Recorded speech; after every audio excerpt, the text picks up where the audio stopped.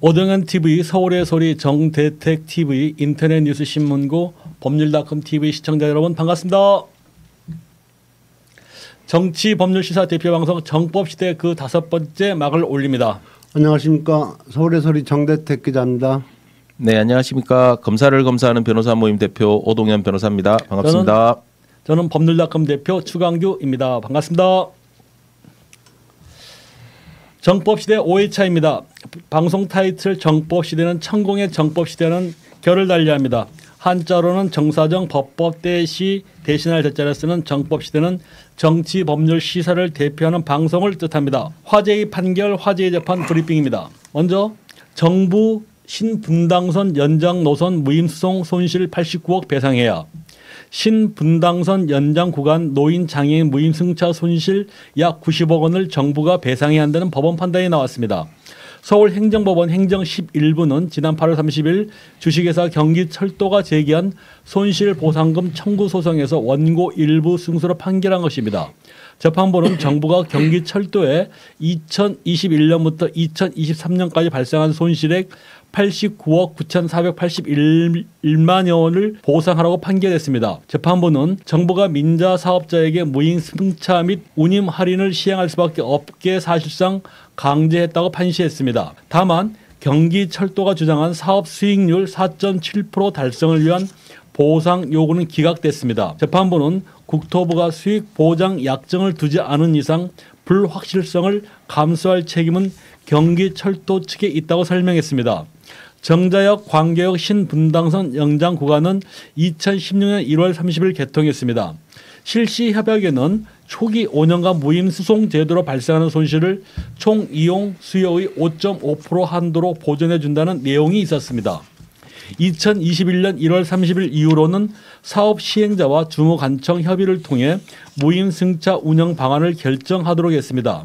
경기철도는 6년차 이후 노인과 장애인에게 별도 운임을 적용하려는 방안을 제안하고 국토부에 무임 승차 손실 보전 협의를 요청했습니다. 그러나 국토부가 신분당선 원 구간 소송을 이유로 거부했습니다. 대한상사중재원의 중재해부 요청 시 받아들이지 않았습니다. 경기철도는 국토부가 실시 협약을 위반했다며 정부를 상대로 소송을 제기했습니다. 양측은 항소했고 사건은 서울고등법원에서 심리 중입니다. 자, 그러면 이제 신분당선 무임승차 우리 나이 자신 분들 모두가 이제 그 지공건설에서 이제 돈 안 내고 지금 이제 지하철을 이런 무임승차를 하고 계시는데 이 부분을 한번 좀 짚어보도록 하겠습니다. 먼저 오변에서 판단할 때는 이런 그 무임승차 부분은 어떻게 판단하시는지요? 뭐 지금 현재 뭐 노인분들, 연세 있으신 분들 그리고 장애인 분들에 대해서 이렇게 무임승차 제도가 시행되고 있는데 저는 그 부분에 대해서는 어차피 뭐 어떤 복지와 관련된 부분들이고 그거는 뭐 국가 또는 지자체의 판단에 따라 가지고 시행하는 부분에 대해서는 저는 크게 뭐 문제는 없다고 보입니다. 그렇지만 이제 그 무임승차에 의해서 발생하는 비용이라든지 이런 부분들을 누가 부담하느냐 이 문제가 지금 이 사건에서도 주쟁점인 것 같은데 이게 국가의 어떤 시책에 따라 가지고 이런 무임승차 제도가 시행이 되었는데 거기에 따르는 비용이라든지 책임은 민간 사업자에게만 모든 걸 다 부담시킨다는 거는 좀 부당하다고 보입니다. 그렇기 때문에 이런 뭐 이번 판결도 그렇게 난 것 같고 국가의 시책에 따라 가지고 그런 부담을 그런 제도를 민간 사업자에게 떠넘겼다고 하면은 그에 따른 합당한 책임 또는 어떤 비용 부담도 국가에서 부담해야 되는 게 맞지 않나. 네, 저는 그렇게 생각합니다. 네. 자, 그럼 우리 사회자 우리 세 분 중에 우리 정대택 팀장님이 지금 이제 지하철을 무료로 이용하고 계시는데 당사자이신데 이 부분은 어떻게 생각하시나 뭐 이용자로서는? 제가 바로 지공거사입니다. 지하철을 공짜로 타는 거사.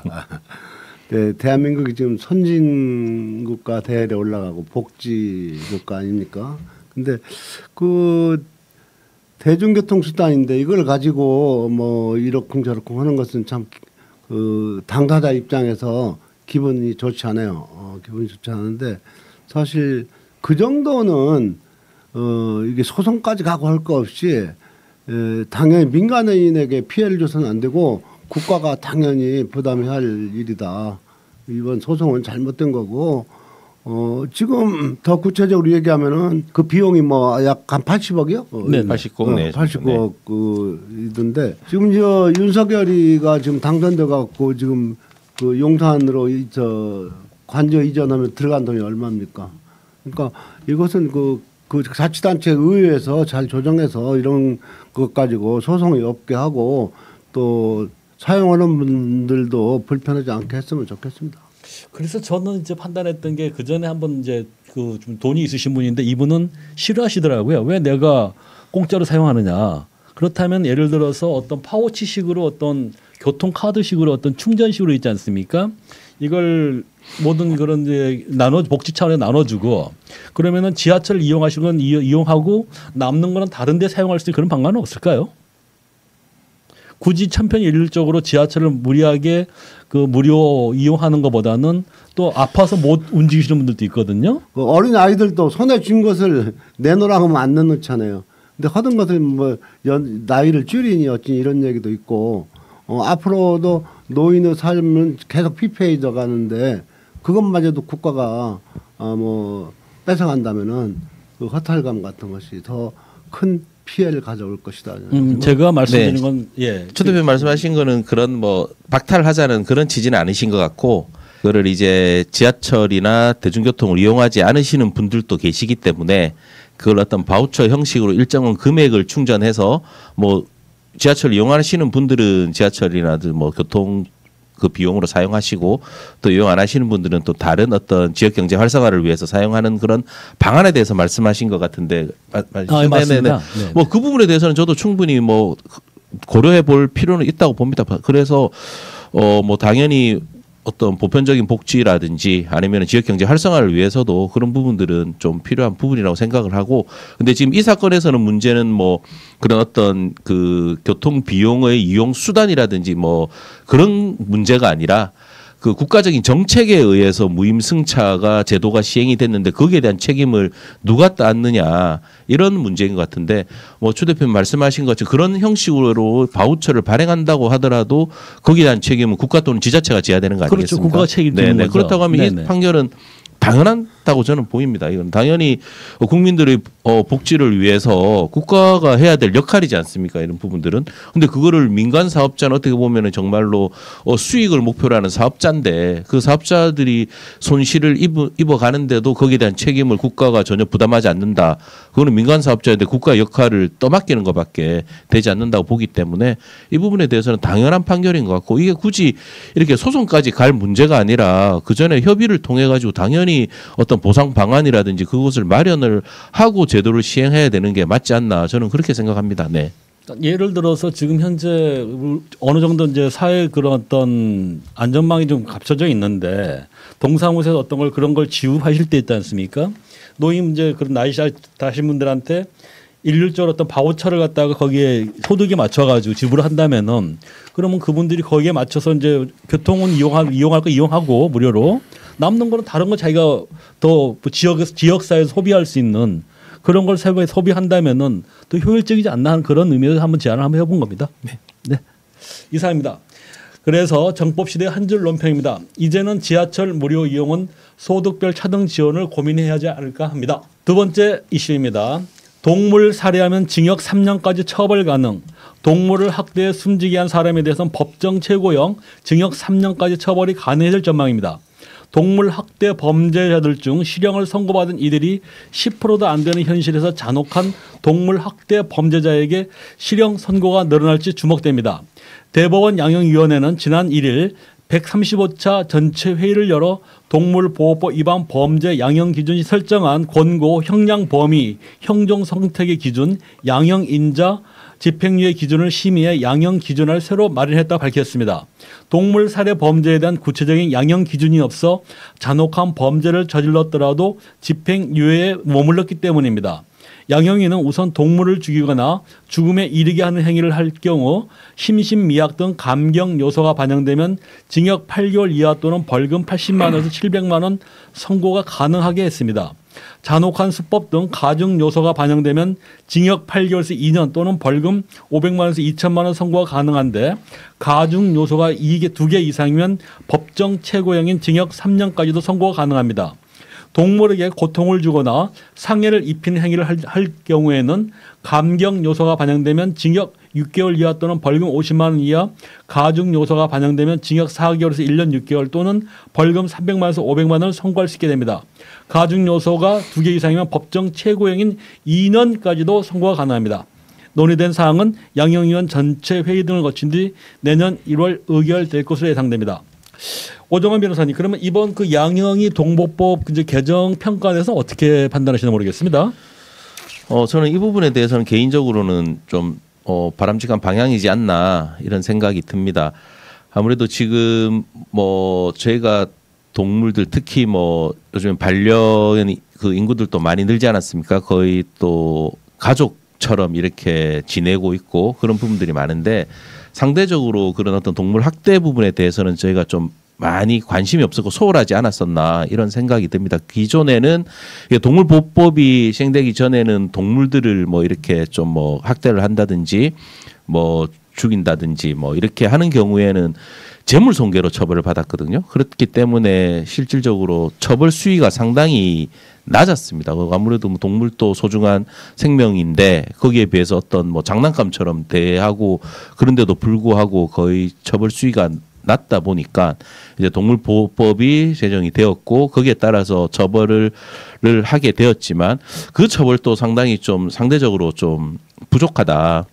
아무래도 우리 사회적인 인식 자체가 좀 많이 바뀌다 보니까 이런 자연스러운 이 상황으로 이렇게 자연스러운 그런 뭐 환경상 이렇게 나아가는 게 아닌가 이런 생각이 듭니다. 네. 우리 정대택 팀장님께서 이제 해외 사례를 한번 보셨다는데 어떤가요? 뭐 인도에서는 뭐 소가 길거리에 있으면 쥐가 비킬 때까지 기다려야 되잖아요. 그런 나라도 있는데 동물을 학대했다고 형법으로 처벌하는 건 저는 개인적으로 좀 사람도 죽이면은 과실치사 같은 경우는 뭐 제가 알기로는 한 3년 정도 형을 받는 걸로 아는데 동물을 학대했다고 뭐 여기 아까 최고형 2년을 선고한다 이런 것은 좀 그 법이 모순이지 않는가 그런 생각을 해봅니다. 네, 그래서입니다. 정법 시대 한 줄 논평입니다. 동물보호법이 강화되니 용산에서 개만도 못한 사람이 판을 치는 게 씁쓸합니다. 세 번째 이슈입니다. 사교 모임 접대 의혹, 고법 부장판사 징계의 안연다. 친목을 위한 사교 모임에서 사업가의 접대를 받았다는 의혹이 제기됐던 현직 고등법원 부장판사에 대해 대법원이 징계하지 않기로 했습니다. 대법원 윤리감사관실은 서울고법 A 부장판사를 조사한 결과 청탁금지법 위반 등 확인된 혐의가 없다고 판단하고 징계를 열지 않기로 했습니다. 지난해 서울고법 국정감사에서 박용진 전 의원은 A 부장판사가 기업 관련 재판을 담당하던 2020년경 기업인들을 7차례 만나 만찬과 골프 모임을 가지면서 접대를 받았다는 의혹을 제기한 바 있습니다. 해당 모임은 사모펀드 실소유주가 운영했으며 전 현직 공직자 수십 명이 참석자 명단에 포함된 것으로 알려졌습니다. 법원 행정처 관계자는 윤리감사관실에서 사실관계를 들여다보고 파악한 결과 특별히 혐의가 발견되지 않았다며 추가 조사를 진행하지 않는다는 입장이라고 말했습니다.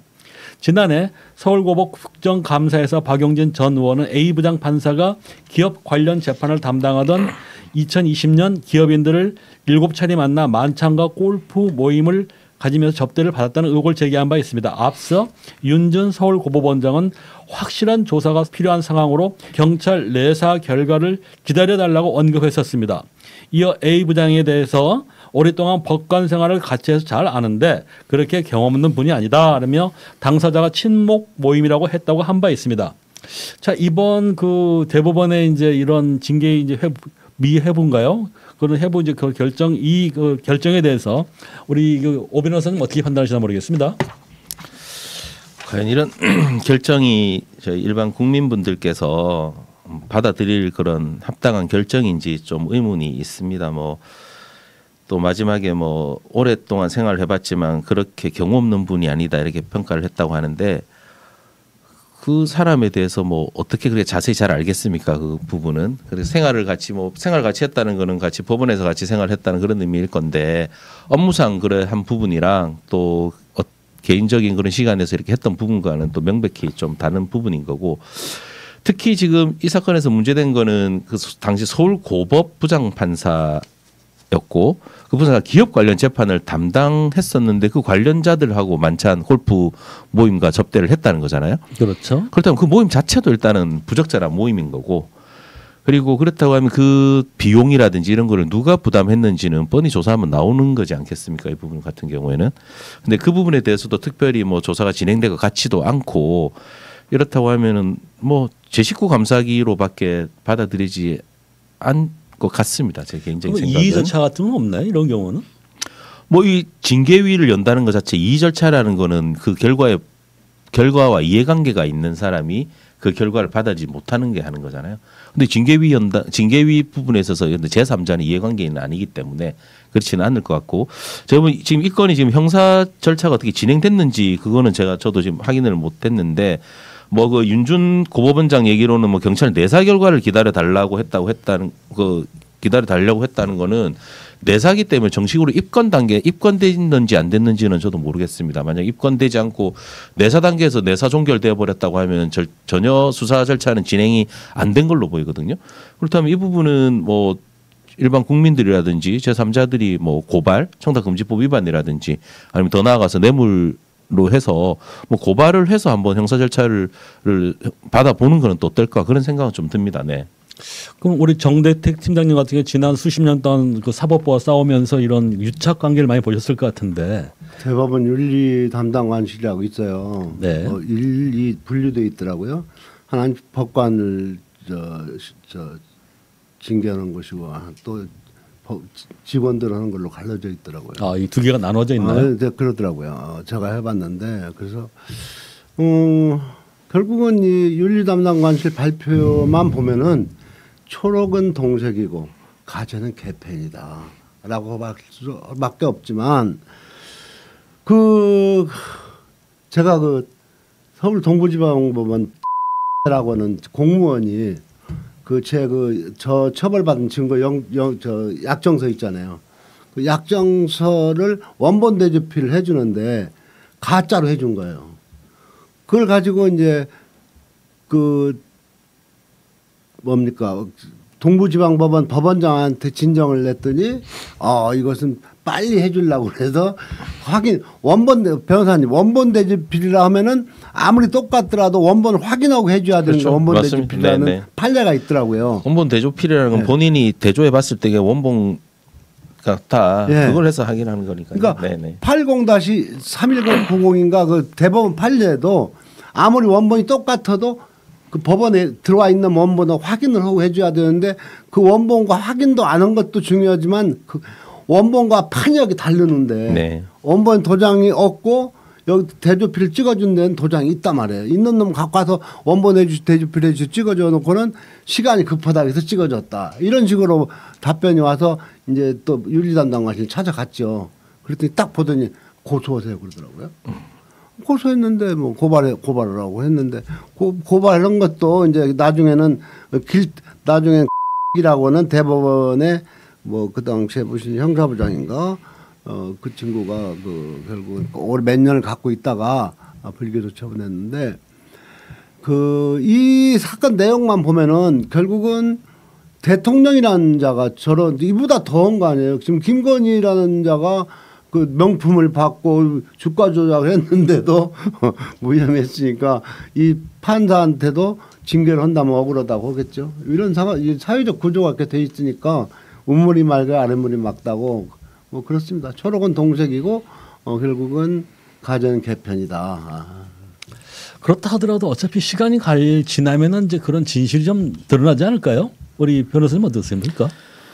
그러니까 뭐 당연히 진실을 밝혀야 되고 그렇다고 하면은 뭔가 절차가 진행이 돼야 되기 때문에 아까 제가 말씀드린 것처럼 이게 지금 형사 절차가 진행되고 있는지 수사가 진행되는지 그 부분은 제가 지금 확인을 못해서 정확하게 말씀을 못 드리겠지만 그런 부분들에 대한 확인 절차는 꼭 필요하다고 봅니다. 네.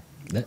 근데 변호사님 그렇다면은 이것이 또 하나는 그 향응을 받고 그런 모임에 갔었다면 이 판결의 결과가 또 중요하지 않겠어요? 이 사람이 어떤 판결을 했는지. 뭐 청탁금지법이나 이런 부분들은 판결 본인의 업무와 직접 관련 업무와 진행하지 않았다고 하더라도 그 자체에 대해서 공무원의 청렴성을 기준으로 해서 하는 거기 때문에 그렇지 않다고 하더라도 그런 관계인과 접촉을 한다든지 관계인에게 어떤 향응을 제공받다든지 그런 부분들 자체가 문제가 되는 부분이거든요.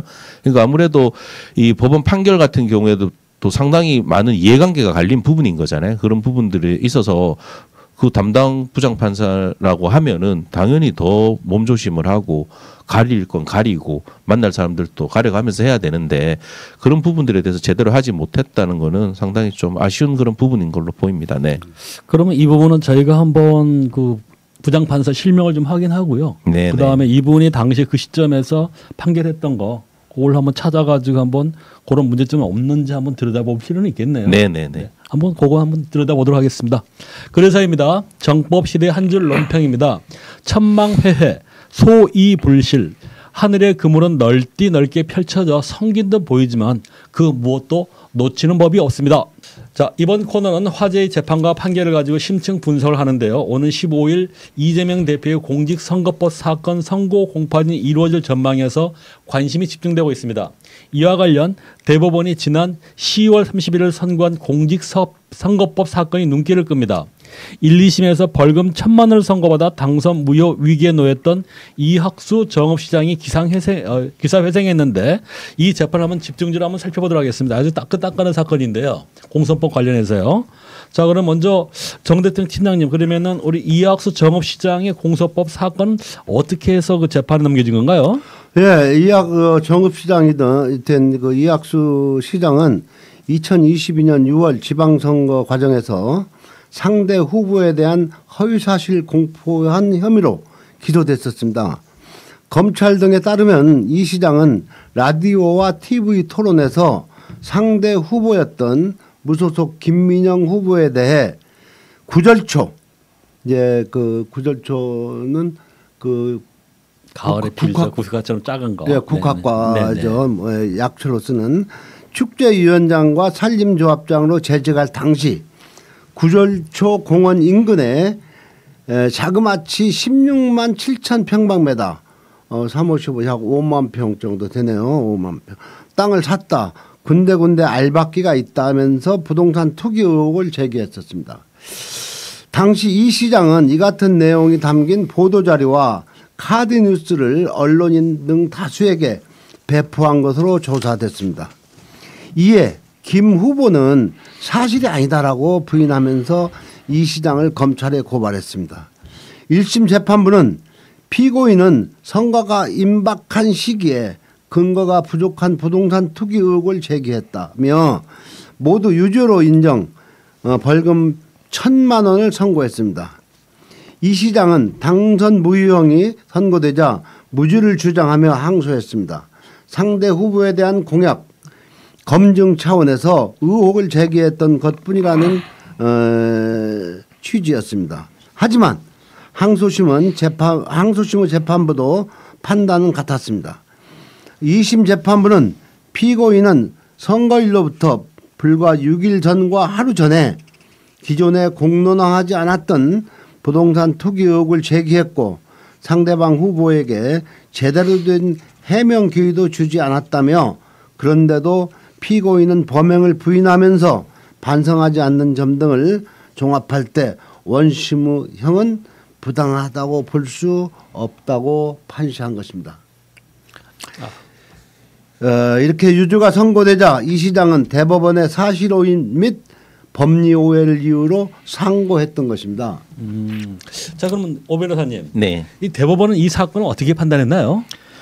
뭐 이 사건은 2022년도 당시 그 전국 지방선거 때 정읍시장으로 당선된 피고인과 그리고 그 당시 그 당선된 그 정읍시장의 그 선거운동 관계자들이 라디오 토론회, TV 토론회 그리고 뭐 보도 자료, 카드 뉴스들을 통해서 이제 무소속으로 출마한 상대 후보자를 당선되지 못하게 할 목적으로 뭐 선거 공약으로 추진하는 사업이 뭐 투기 목적으로 추진되었다. 뭐 이런 사실을 인식하도록 허위 사실 공표해서 공표했다는 이유로 기소된 사안이었습니다. 근데 1, 2심에서는 그 부분들이 다 인정이 돼서 당선 무용에 해당하는 벌금형이 선고됐고, 근데 이번 대법원에서는 뭐 전체적으로 그런 표현 내용들이 뭐 사실이 아니라 단순한 의견 표명에 불과하다.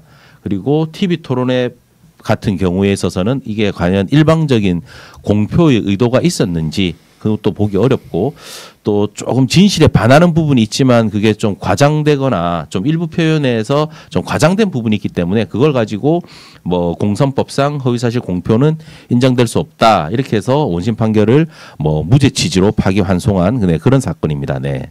그럼 보면은 이제 이번에 그 대법원이 이 사건을 가지고 주요 사건으로 판단하고 보도자료가 배포를 했더라고요. 그러면서 자기들이 이제 해설을 해놨습니다. 대법원 공보실에서 이 사건 의미가 뭔가 했더니 뭐라고 표현하냐면은, 대법원은 이번 사건에 의해 가지고 의심스러울 때는 피고인의 유리하게라는 형사법의 기본 원칙에 입각하여 선거 운동의 자유와 표현의 자유를 보장하고 대의 민주주의를 택한 헌법 정신에 따라 선거 과정에서 상대 후보자의 정책 공약을 비판, 검증하는 과정에서 한 표현의 의미를 세심하게 살핀 후 허위사실 공표죄의 성립을 부정하였다 설명했습니다. 즉 다시 말해서 보면은 여기서 제가 중요하게 봤던 거는 대의 민주주의를 택한 헌법 정신이거든요. 그럼 이게 사실 이제 우리 이재명 대표의 공소법 사건하고도 이제 상당히 유사한 궤를 같이 하는 것 같은데, 이재명 사건 같은 경우 대표 사건도 사실 사소한 어떤 기억의 오류인 것 같은데, 이 부분에 대해서 대법원은 어떻게 이제 이번 그 1심 재판부는 어떻게 판단할 것이라 보는지요? 네, 이번 대법원에서 가장 좀 이렇게 부각시켰던 표현이 아까 조금 전에 주 대표님 말씀하신 것처럼 의심스러울 때는 피고인에게 유리하게 인두비오 프로레오라고 하는 우리 형사법의 대원칙입니다. 이 부분은 당연히 형사 사건에 있어서 범죄 사실에 대한 입증은 검찰이 지는 거고, 그 입증의 정도는 정말 뭐 100%는 아니라고 하더라도 상당한 부분에 있어서 뭐 이렇게 범죄 사실이 입증이 되어야지만 유죄를 선고하는 것이 우리 형사법의 대원칙입니다. 조금이라도 의심스러울 때는 이게 모든 범죄 사실이 소명되지 않고 조금이라도 피고인이 범죄를 저지르지 않았을 수도 있다. 그 정도 의심이 되는 경우에는 피고인에게 유리하게 무죄를 선고해야 된다는 것이 우리 형사법의 대원칙이거든요.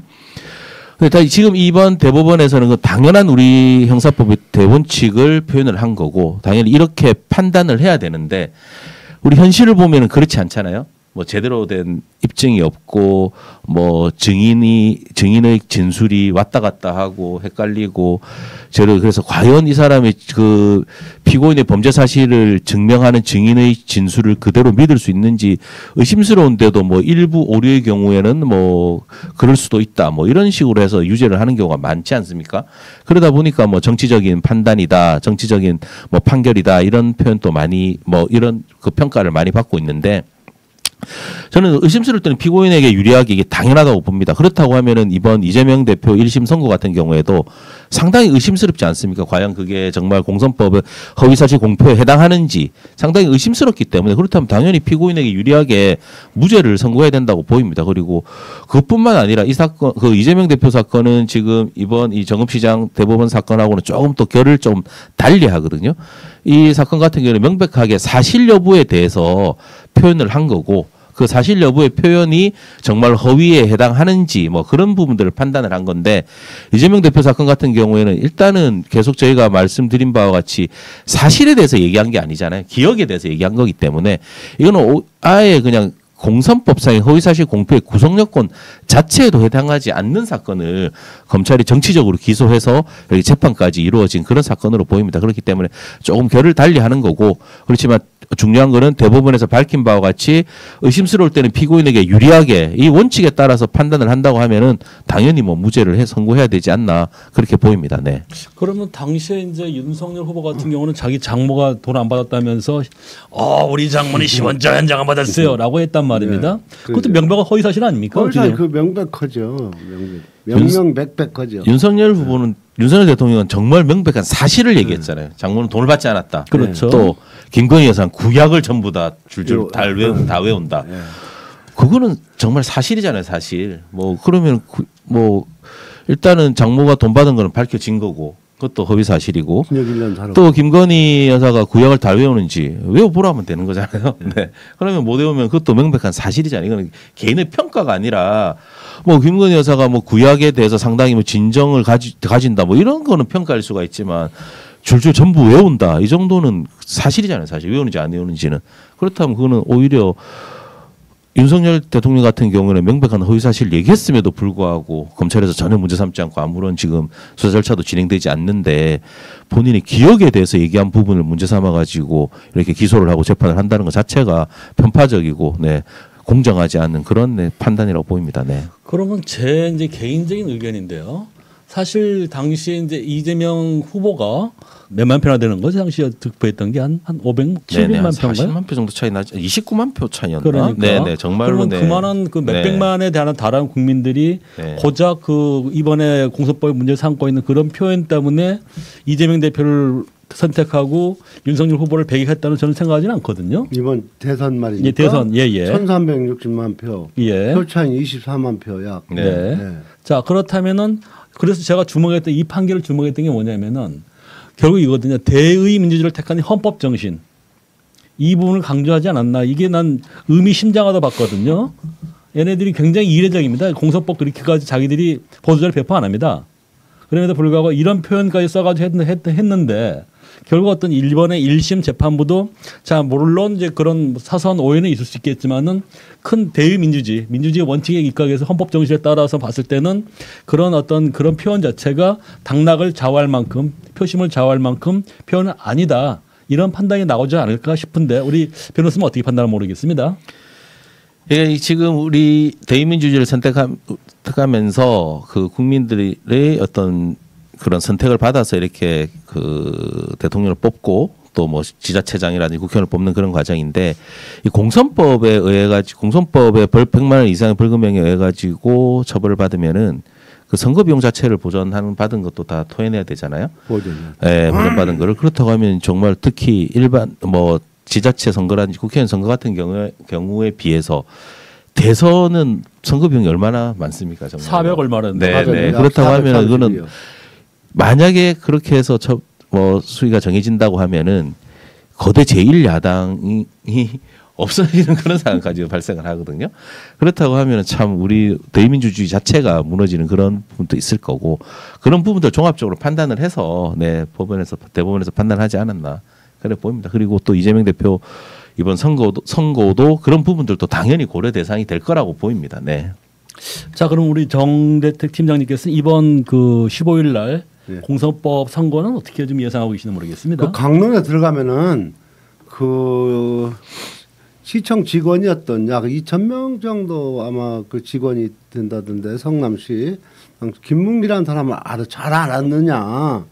그러니까 뭐 그냥 시장일 때는 잘 몰랐고 도지사 할 때 알았다. 그 부분이 지금 걸려 있는 거고 하나는 저기 그 식품연구원짜리인가 그것을 이제 건규 박근혜 정부 때 그 땅을 빨리 팔아서 이제 그 활용하게 그 토지 용도 변경을 해 줘라. 그 처음에는 이 시장은 안 해주려고 했더라고요. 몇 번 하니까 이제 갖고 공문이 와가지고 오니까 왜 관청에서 오면은 외부심을 협박이라는 게 뭐예요? 내가 협박을 느꼈냐? 느꼈다. 그런 거 그건데 외부심을 느꼈다. 나는 협박을 들었다. 그건데 지금 이 앞에 판결을 보면은 그 김 후보가 이 시장 김 후보가 거의 약 16만 제곱미터를 갖고 있는 중에 거의 대부분은 이제 부모한테 누가 증여를 받은 것이고 악의적으로 알받기를 한 것이 아니었지만 또 이제 1, 2심 판결은 그 딱 당해서 한 6일 전에 그런 걸 카드 뉴스로 언론에 공포해서 고의성이 있었지 않냐라고 해서 판결을 했어요. 그런데 대법원은 그 아까 말씀대로 대의민주주의 국민의 뜻으로 저기 주민들이 장사를 시켰지 않냐.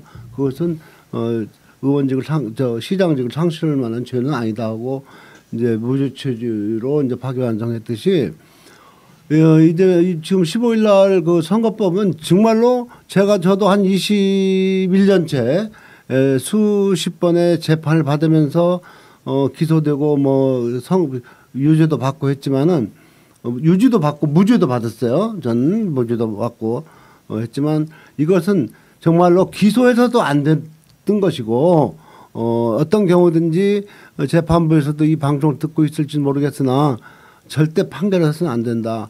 이제 이 사건은 검찰이 글자 그대로 정적을 죽이기 위한 오다를 받아가지고 물이 아래서 위로 흐른다고 수사를 해가지고 기소를 한 것이다.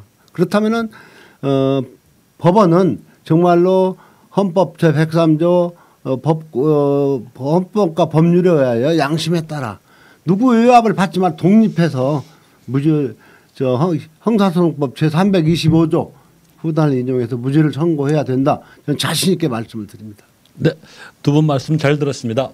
오는 15일 재판부가 대의 민주주의를 택한 헌법 정신에 따라 공정한 선고를 내주시길 기대하겠습니다.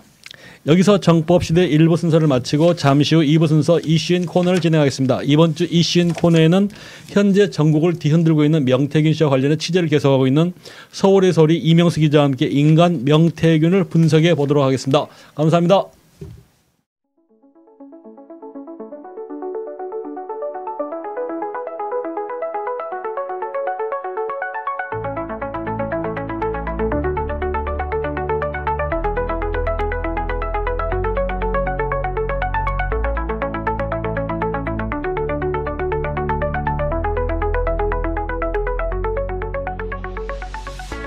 얼큰 칼칼 내장탕 마니아들께 고합니다. 쫄깃쫄깃 양과 내장이 가득가득 듬뿍듬뿍 한우 사골 국물로 진하게 구수함과 얼큰함이 하나가 된 노다지 영양 양곰탕. 영양 양곰탕 한 그릇, 이게 진정한 보약입니다. 한국인의 진짜 보양식은 노다지. 맛있어서 노다지, 양이 정말 노다지. 노다지 영양 양곰탕. 쫄깃쫄깃한 식감, 냄새 일절 없고 구수함만 가득. 먹고 난 뒤 부대낌 없는 편안함. 나 이거 정말 제대로다. 정말 맛있다. 절대 적은 양, 부족한 양으로 실망시켜드리지 않겠습니다. 정말 많다 못해 넘칩니다. 역시 노다지. 양과 내장이 엄청 많은 노다지 밥 말아 곁들이면 더욱 별미. 노다지니까 대량으로 거래할 수 있으니까 고급 양과 내장 한우 사골만을 직접 수미하여 맞춘 가격, 한 팩에 750g 넉넉하게 정말 제대로 만든 노다지 영양 양곰탕. 7팩 14인분 기저가 49,900원, 두 세트 14팩 28인분은 만원 할인 찬스. 한 달 29,933원에 만나보세요. 집에서 손쉽게 1인분 3,207원. 영양 양곰탕 대용량 7팩이 49,900원. 가격 정말 좋습니다. 꼭 드셔보세요. 배우 김영일도 파는 깜짝 놀랄 맛과 양, 영양 양곰탕. 지금 빨리 주문하세요.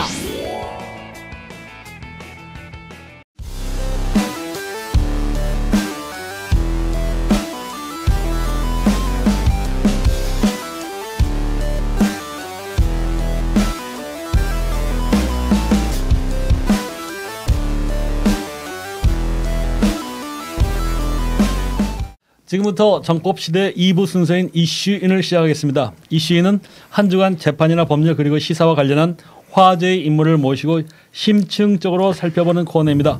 이명수 기자님 반갑습니다. 예. 안녕하십니까. 오. 감사합니다. 예, 초대해 주셔서 감사합니다. 예, 정법시대 예 반갑습니다. 예. 이게 우리가 좀 많이 좀 구독과 좋아요를 눌러주셔야지 예 부탁 좀 드립니다. 자 그러면은 명태균 이제 언제 이 오늘 그 주제는 예. 뭐 여러 가지 인터뷰 그런 거 많이 나오는데 명태균 그 개인에 대한 거는 많이 알려져 있지 않은 것 같아요. 그렇죠. 그렇죠. 예. 그럼 명태균 과연 이분은 어떤 사람인가? 예. 어떻게 이렇게 해서 어떤 지역 활동했던 그 창원에 계셨던 분인데 예. 창원에 있던 그 지역 그런 인물이 전국을 다 흔들고 있지 않습니까? 그렇죠. 한마디로 뭐 네. 대권 주자 여권 지금 국민의힘 여권 주자 다 거의 연루가 된 것 같은데 네. 이걸 갖다가 지금 이제 관련해서 하고 있는데 자 그러면 먼저 이 명태균 씨의 지인이 바로 이제 한국상인뉴스 조용식 대표더라고요. 네, 그렇습니다. 이분에 대한 그 전화 인터뷰한 내용을 먼저 들어보도록 하겠습니다. 안녕하십니까. 저는 법률닷컴 추광교 대표입니다. 우리 한국상인뉴스 조용식 대표님 통화 지금 가능하신다고 하셔서 통화하는 거고요. 일단 본인 소개 부탁드리겠습니다. 예, 저는 한국상인뉴스, 한국상인방송 용시알 간다 유튜브를 진행하고 있는 조용식입니다. 아, 그렇군요. 그러면 지금 현재 이 명태균 씨가 지금 한마디로 전국의 한 복판에서 핵폭탄이 되고 있는데 예, 이분은 언제부터 알고 지내셨는지 모르겠습니다. 제가 알고 있던 거는 서로가 뭐 인사를 안 해도 제가 저 명시의 장모님을 잘 알고 있길래 익히 알고 있습니다. 그래서 정확히 그 알고 지낸 인연은 2022년 보궐선거 당시에 김영선 의원 사무실에 들렀다가 자연스레 자기가 아이고 조 회장님 인사드립니다 해서 이렇게 정상적으로 인사를 나누게 됐습니다. 우리 회장님도 그러면 마찬가지 뭐 명태균 씨도 마찬가지지만 창원을 근거로 해서 주로 활동하고 계시는 거죠? 주로 뭐 명시는 창원뿐만 아니라 지금으로 보면은 뭐 전국적으로 영향을 미치고 있는 것으로 지금 밝혀지고 있지요. 아, 그렇군요. 네. 그럼 궁금한 게 이제 이분이 지역사회에서 그렇게 뭐 알려지고 뭐 정치적 영향력이 있었는가요? 제가 알기로는 명시가 우리 지역에서 그 정치 후보자들이나 정치인들이 기존 정치인들 선거 때 이렇게 그 여론조사 영업을 하다 보니까 좀 알려져 있지만은 또 실질적으로 우리 일반 시민들한테는 크게 알려져 있는 그런 사람이 아닙니다. 그러면 이 명태균 씨가 상당히 지금 이제 아직까지 뉴스의 전면에 나와 있지만은 베일에 쌓여 있는 부분이 많은 것 같습니다. 이분의 뭐 나이라든지 학력 그리고 뭐 직업 등 개인 신상 또는 이제 보면은 그 늦둥이 딸을 50대에 낳았다는데 딸을 상당히 아끼던 것 같은데 뭐 이런 뭐 개인적인 신변에서 아시는 게 있나 모르겠습니다.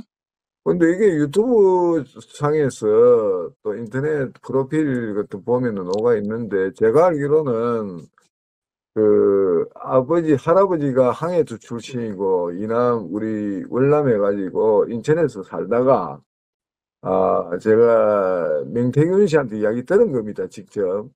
그래서 지가 11살 때 아버지 12살 때가 돌아가시고 11살 때 이 창녕에 작은 아버지가 목장을 경영하시는데 거기에서 이제 생활하다가 한 30세 정도까지 생활을 했답니다.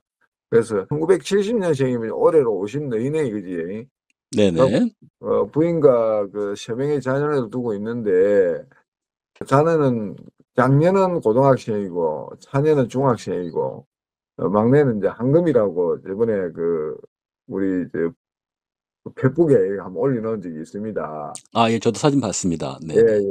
그 학력은 2011년 국립창원대 야간학부를 입학해갖고 2015년도에 졸업한 것으로 알고 있는데 이 부분도 제가 확인한 거는 여영국 그 정의당 당 대표하고 같이 전화를 해서 제가 직접 알아봤습니다.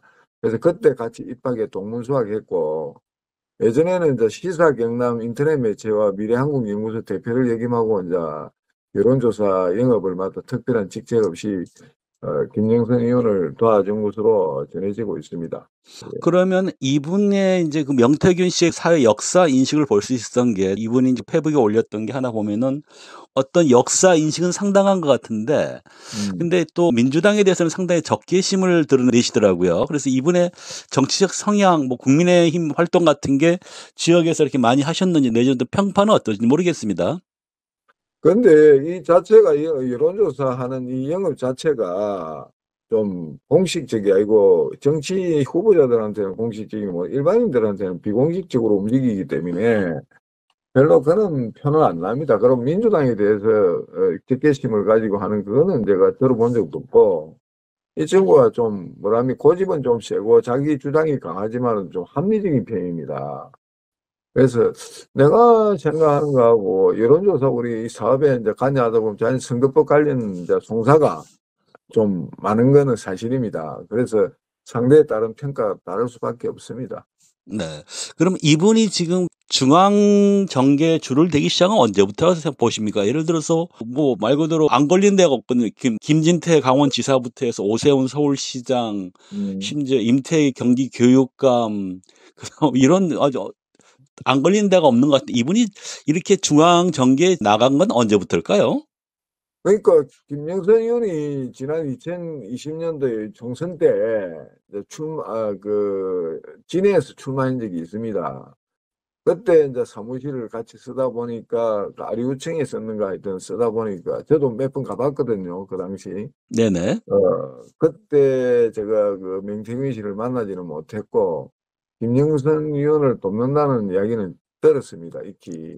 그때 이제 김영선 의원하고 같이 하면서 서로가 이제 중앙정치 인사들과 자연스레 접촉을 한 거 알고 있습니다. 그리고 김영선 의원이 또 사선이다 보니까 원래 그 중앙에 그 정치를 하다 보니까 김종인 그 비대위원장이라든가 이준석이라든가 여러 이제 그 국민의힘 관련된 그 정치인들이 그때 인사를 많이 받았다고 그렇게 전해지고 있습니다. 네. 그럼 마지막 질문으로 보면은 이분이 이제 그 수입은 뭘로 생활했을까요? 뭐 어떤 자기 페북을 보면은 휴대폰 대리점을 한다는 얘기도 있고 뭘 이렇게 하고 그다음에 지금 이 모든 그런 여론조사 관련 자기는 돈 한 푼 받은 적이 없다고 강하게 말씀하시고 계시거든요. 네, 그럼 과연 생활은 뭘로 했다고 생각하시는지 모르겠습니다. 그거는 제가 뭐 자기 사적인 걸 갖다가 따라다니면서 그 한 적도 없고 또 취재를 해봐도 지금 실질적으로 지금 뭐 수익 생활이라는 거는 뭐 뻔한 거 아닙니까? 뭐 여론조사를 하면서 발생하는 수익이라든가 뭐 다른 또 어떤 수익이 있는가는 제가 확실히 취재를 못 해봤는데요. 운전기사가 있다 뭐 이렇게 이야기하는데 운전기사가 있는 게 직접 차를 운전하고 김영선 의원 그 실에 같이 있다 보니까 운전하시는 분도 같이 다닐 때도 있고 뭐 그런 식으로 한 것 같습니다. 그래서 또 생활하는 자체는 또 애들 3명께 하면 돈이 많이 들지 않습니까? 네네. 근데 이제 이 친구가 또 신용불량자고 하니까 뭐 제가 집에서 좀 도와주는 거는 모르겠는데 그런 부분에 대해서는 아직까지 재산 파악이 안 되고 검찰 조사 중이니까 여론조사를 통해 갖고 발생한 수익으로 생활을 했는가 뭐 그거는 제가 자세히 알 바가 아닙니다. 예. 이 정도 일단 말씀을 듣고요. 추가로 네. 궁금하면 다시 한번 전화 드리도록 하겠습니다. 네, 수고하십시오. 감사합니다. 네. 자, 명태균 씨의 지인 한국상인뉴스 조영식 대표의 말을 들어봤고요. 이명수 기자도 이번에 이제 명태균 씨를 심층 취재하신 거죠? 아주 심취 취재하진 않았습니다. 뭐 언론에서 많이 보도됐으니까 제가 아는 만큼만 말씀드리도록 하겠습니다. 그럼 이게 이제 언제 명태균 씨를 취재하러 내려가신 건가요? 제가 한 3주 전 제가 그 김대남 그 선임 행정관 있지 않습니까? 네. 대통령실 그건 또 이제 공천 개입이 있어서 부랴부랴 우리는 그 당시에 김대남 사건을 고발 사주에 포인트를 주고 있었거든요. 근데 김대남 그 선임 비서관하고 통화 내용에서 공천 개입, 당무 개입이 있습니다. 네네. 그래서 뉴스토마토가 9월 며칠 날 첫 이제 글기사로 나갔지 않습니까? 네. 글기사 나가는데 뭐 이니셜 E 뭐 A 나오고 그래서 기사가 좀 어렵더라고요. 그래서 제가 뉴스토마토 쪽에 그 취재 기자 말고 거기 있는 기자님한테 전화해서 이거 개수를 알 거냐. 그때도 이제 뭐 공천 계획 같은 내용이었어요. 그래서 계속 간다는 거예요. 그래서 저희도 제가 이제 저희도 좀 그런 거 취재한 거 있는데 준비하겠다. 그래서 뭐 뉴스토마토에서는 쭉 간다고 계속 그랬어요. 그래서 이제 저희가 이제 김대남 선임 비서관 건 이제 폭로하게 됐죠. 그래서 그때 이제 총선 개입, 당무 개입, 고발 사주 이 세 섹션으로 이제 보도하게 된 겁니다. 네. 그럼 명태균 씨 취재는 조영식 대표가 연결. 그거 그래서 저 솔직히 그 맨 처음 초반에 보면 저기 명태균 사건이 좀 어렵잖아요. 초반에는 초반에 되게 어려웠어요. 네네. 저도 좀 글기사 보고 좀 잘 못 알아듣고 그 방송에 나오는 패널들 얘기 듣고 이제 좀 대충 좀 알 정도.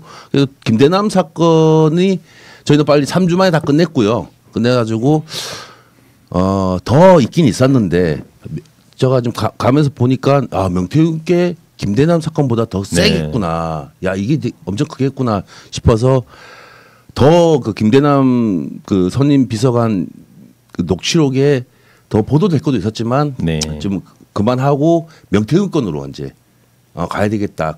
이슈가 됐으면 좋겠다. 여론이 싶어서 김대남 걸 빨리 정리하고 있다가 중간쯤 와서 포인트를 이제 제가 잡은 거예요. 그 취재 기자들한테 뭐 주진우 기자 그리고 또 먼저 앞서서 이제 취재한 기자들한테 전해 보니까 포인트는 명태균이가 윤석열 김건희하고 통화한 녹취록이 있다는 거야. 있을 거라고. 그게 포인트더라고 제가 잡을 때. 그래서 제가 저기 3주 전에 내려가서 명태균 집에 갑니다. 한 3-4시간 정도 뻗치게 하다가 그 당시에 그 노콘 뉴스의 그 막내 기자가 인턴 기자인 것 같아요 보니까요. 얼마나 지금 계신 거예요. 그러니까 지금 일주일째 했는데 한 번도 못 만났습니다. 그래가지고 에라이 그래서 저가 또 추 대표님 잘 아시잖아요. 제가 또 마당발인 걸 은근히 그래서 창원에 또 안 사람 없을까 해보니까 조영식 한국 상임뉴스의 조영식 회장님이 계셔가지고 제가 전화를 딱 드렸죠. 그러니까 명수야 창원 들어왔나? 그 태규 만나러 왔나? 내가 만나게 해줄게. 그래가지고 우리 회장님 그 사무실로 가서 그 우리 회장님 사무실 창원이 지금 넓잖아요. 그 지역구가 의창구, 그 김영선 맞습니다. 의원 지역구에 계시더라고요. 거기 가서 이제 그 회장님 찾아뵀죠. 그래가지고 그러면 이제 명태균 씨 보니까 그 사진을 보니까 그때 이제 우리 조영식 회장하고 대표하고 그다음에 우리 이명수 기자하고 이제 그 아파트를 갔던데 아파트던가요? 그 이분이 사시는 데가? 아니, 집은 안 갔고요. 거기가 이제 그 조영식 회장님 사무실입니다. 사무실로 저기 명태균이 왔고 왔고 그러니까 사진 보게 되면 이제 그 명태균 씨가 걸어오고 있고 그렇죠. 우리 이제 조영식 대표하고 우리 이명수 기자가 여기 서 있고 그렇죠. 폰에서 걸어오는 모습을 첩착을 했던데 그래서 이분 집이 그 아파트인가? 아닙니다. 그건 아니고. 그건 아니고. 자 그럼 이번에 몇 번이나 만나고 이제 만나는 시간 어느 정도나 했나 모르겠습니다. 우리 첫 만남에서 한 4-5시간 있었죠. 4-5시간 정도 있다가 식사 사무실에서 왔더라고요. 와가지고 제 소파에서 저 맞은편에 딱 앉아가지고 이 보니까 명태균이가 이제 기자들 만나면 기자는 목적이 있을 거 아니에요. 취재 목적인데 이 사람은 그거를 잘 이용하는지 기자한테 지 사건 말고 역사적인 얘기 뭐 또 지가 알고 있는 지식 같은 거를 이제 기자들한테 석죽이는 거, 석죽이는 거, 다 들어주는 거죠. 기자들 다 그랬을 것 같아요. 뭐 진보나 보도 안 가리고 기자들 고생 많이 했죠. 거의 뭐 그 말이 천상 뉴스여가지고 우리 조영식 회장님 말로는 뭐 서서 말하라면 10시간도 하렵니다. 그 정도로 평상시에도 사람들 데려놓고 이게 뭐 지 아는 얘기들을 엄청 얘기했는 것 같아 보니까요. 막 10시간에서 말하라면 10시간도 할 애다고 하면서 그래서 저한테도 뭐 역사적인 근현대사 뭐 5.18 관련해서 갑자기 나한테 그 5.18 때 몇 명 죽은지 아냐고 그러더라고요. 내가 갑자기 생각이 안 나가지고. 우리 변호사님 아시나요? 잘. 기억 안 나죠. 많이 죽었단 말이야. 우리가 그 숫자까지 기억 안 나잖아요. 그래서 갑자기 그냥 들어주고 있는데 갑자기 질문을 해도 나한테 그 5.18 그때 사망자 몇 명인지 아세요? 하면서 객관식으로 또 하더라고요. 걔가 1번 1,000명, 2번 2,000명, 3번 5,000명, 4번 10,000명 하는 거야. 그냥 내보고 맞추라는 거야 나한테. 찍었지요. 그냥 나 제일 많이 죽었겠다. 10,000명이요. 4번 그랬더니 이래서 기자들이 안 된다고 대한민국 기자들이 하면서 뭐라 그러냐면 166명 죽었다는 거야. 공식적인 기록은 네, 166명. 네, 네, 공적인 저도 찾아봤죠. 이제 네, 네. 아니 열받더라고요. 아니 그뭐 객관식도 뭐 100단위로 얘기를 해야지 1000단위로 아예 못 맞추게 이게 스킬이거든 이게. 네, 그래서 네. 저를 석 좀 죽였죠. 예. 그러니까 처음 딱 명태균 씨를 보니까 이번에 그 검찰 조사 받고도 JTBC 기자에게 상당히 또 뭐 소리 지르고 막 그랬잖아요. 그러니까 예. 기자분들을 대하는 태도가 자기의 지식을 먼저 이렇게 좀 과시하고 그렇죠. 예, 뭐 네. 먼저 좀 이렇게 하는 그런 성향인 것 같더라고요 보니까. 그러니까 기자들이 네, 이번에 네, 취재할 때 얼마나 힘들었겠어요. 네, 네. 다 지 얘기하는 거 들어주고 그 명태균한테 얻어낼 그 뭐 질문과 다른 얘기를 막 이렇게 했을 거예요. 네, 네, 네. 저 같은 경우에는 명태균을 그냥 만나보고 취재해 보려고 했었는데 그 한국 상인 그 뉴스 그 조영식 회장님께서 맹수야 그 당시만 해도 진보나 보수나 명태균을 나쁜 놈으로 이제 언론에 다 이게 해버리니까 명수야 네가 그래도 명태균도 억울한 게 있을 거다. 네, 네. 분명히 지 억울한 게 있으니까 네가 이명수가 서울의 소리가 좀 한번 억울한 걸 좀 해줘라. 네. 저는 이제 기다리고 있었죠. 예 그렇게 회장님 말씀 듣고 예 알겠습니다. 제가 취재 방식을 바꿨죠 제가. 기다리자. 네. 기다리자. 그래서 식사 대화도 나누고 어디 또 명태균이 좋아하는 또 회장님이 또 계세요. 그 네. 지역에 잘 알더라고요. 그리고 회장님 만났을 때 그 당시에 만났을 때 야 명수야 지금 그 명태균이가 그 페이스북에 글 올리는 거 있잖아요. 지인들한테 2, 3일 전에 미리 얘기했던 게 올라오는다는 거예요. 네. 명수야 난 다 알고 있었다. 그리고 조영식 회장님 말고 또 이게 또 가까운 또 그 명태균이가 좋아하는 또 지역 그 선배님이 계시더라고요. 네. 그래서 두 분이 야 명수야 네가 명태균이 좀 어떻게 대변해주고 혹시나 양심선언하면 니네 서울의 소리에서 좀 도와도 예 회장님 그렇게 네. 취재 방식을 좀 바꿨습니다. 네, 네. 그럼 이게 지금 명태균 씨가 우리 이제 소위 이제 진보 매체인데 예. 맨 처음에 만났을 때 그럼 맨 처음에 만난 데가 그러면 조영식 회장 그 사무실인가요? 예 그렇습니다. 예. 그럼 처음에 뭐 적대감 같은 그런 것 같지는 않던가요? 어떤가요? 적대감 저는 그래 봅니다. 저를 만나는 거는 야 내가 조영식 회장님하고 그런 대화는 안 나눴지만 그 두 분의 회장님이 명태균한테 언지를 좀 조지 않았을까. 네. 니 지금 진보 보수 다 비난하는데 그 서울의 소리 잡아 올리긴 하지만 우리 또 조씨님이 대충 알잖아요. 그래서 양심선언 하고 그러면 우리는 또 서울의 소리가 언론사이기도 하지만 시민단체 역할도 네, 하기 네, 때문에 맞습니다. 그래서 미리 명태균한테 그런 얘기를 해두지 않았을까 네. 싶습니다. 예. 그럼 이번에 뭐 취재를 한 건 아니고 그냥 만나서 어떤 신뢰감만 구축해 왔던 건가요? 그렇죠. 예. 뭐 구체적인 내용을 물어보거나 뭐 이런 한 건 아니시고. 그렇죠.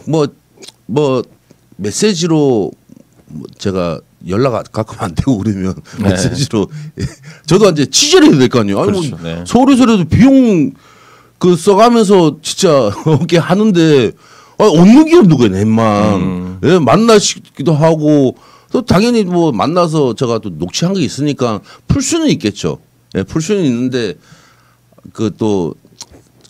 뭐라 해야 되나 또 회장님하고 나하고 또 그게 있으니까 아무리 내 기자지만 그리고 또 기자들이 또 계속 보도되잖아요. 네, 되는데 네. 뭐 내까지 뭐 크게 사건하고 그럴 필요는 없을 것 같아서 저도 뭐 가지고 있는 건 있죠. 네.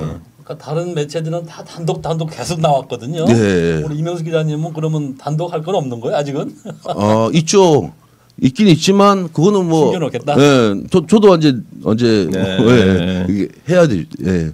지금 포인트는 김건희, 윤석열 녹취록이잖아요. 맞습니다. 예, 그게 제일 중요하기 때문에 지금 명태균 씨가 지금 대통령실하고 이게 지금 뭐 돼 있는지 그 친윤 변호사 김소연 변호사 이제 네. 선임했잖아요. 네. 지금은 뭐 김소연이가 이렇게 해서 이렇게 잘하지만 혹시나 명태균의 마음이 변한다면 분명히 이명수한테 녹취록이 올 거다. 저는 이제 그런 이제 그 희망을 갖고 있습니다. 예. 보면은 김소연 변호사 상당히 좀 황당하게 진 변론을 하고 있던데 한마디로 뭘 꼬리 시키기 위해서 하는 건 아닌가. 저도 저분이 왜 저러지? 저는 아니 김소연 제가 변호사가 맡아서 좀 변호사님 그 의아했습니다. 주 대표님 제가 네. 그 디올백 그 보도 이후에 최재형 목사도 검찰 조사 받았잖아요. 네네네. 그때 이원석 검찰총장 그 지시에 그 수사 지시 내렸잖아요. 네네네. 그때 그 당시에 특수부 검사 2명인가 3명까지 형사 일부에 파견될 정도로 이제 수사 받았잖아요. 조사가 있었잖아요. 그 최재형 목사 출두하고 제가 이제 그다음 가졌습니다. 네네네. 그래서 저 반부패 검사한테 조사를 받은 거예요, 저도. 근데 그건 조사가 아니에요. 수사가 아니야. 봐주는 수사를 내가 한 거야. 네. 거기서 질문들 있잖아요, 검사들. 네네네. 그 검사들 질문들 하면서 아 이렇게 하면 봐주는 수사가 되는 거구나. 네. 그건 커피 한 잔 먹고 나오는. 형식적인 질문. 네. 뭐 주 대표님 제가 저기 술은 좀 별로 안 좋아하면 담배 좀 좋아하잖아요, 제가요.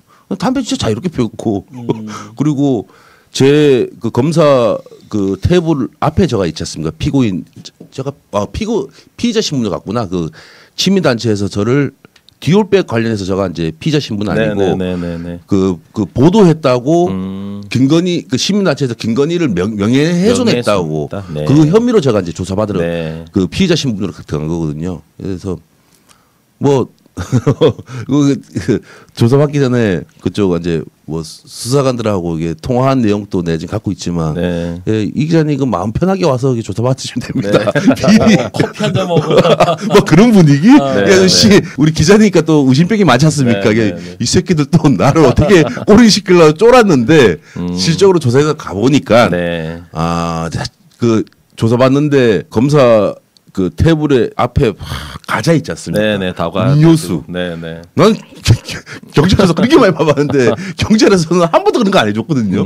와, 그래서 나는 왜 나한테 이렇게 하지? 해서 또 내가 또 그 변호사한테 물어봤죠. 야, 최재형 목사도 걔는요. 야, 최재형 목사 더 잘해줬어. 그 한 변호사니까 우리 서울에서리 고문 변호사니까. 네. 그래서 그게 최재형 그 목사는 이제 그 어디야 녹음실인가? 네, 거기 진술 가서, 녹음실에서. 진술 네, 녹음실에서 네, 네, 하고 네. 나는 검사실에서 그 녹취 뭐 진술 그런 거 녹음 안 해도 된다. 해서 하게 된 뭐 거죠. 특별히 뭐 처벌을 위한 목적으로 추궁한 게 아니라 그렇죠. 그냥 형식적인 절차로. 당연하죠. 자, 그러면 우리 기자님이 명태균 씨를 뭐 어떤 특별한 내용을 가지고 지지하신 건 아니고 네. 이렇게 좀 신뢰관계를 구축하면서 앞으로 계속해서 좀 그런 협조도 받고 네. 또 중요한 거는 이제 윤석열, 김건희와의 녹취를 좀 확보하기 위해서 맞습니다. 그런 네. 목적으로 하셨다 이런 말씀이신 거죠. 네. 저기 지지자들이 또 이게 저도 팬분들이 있을 거 아니에요. 저 네, 또 네. 우리 진영 쪽 사람들이 네, 네, 네.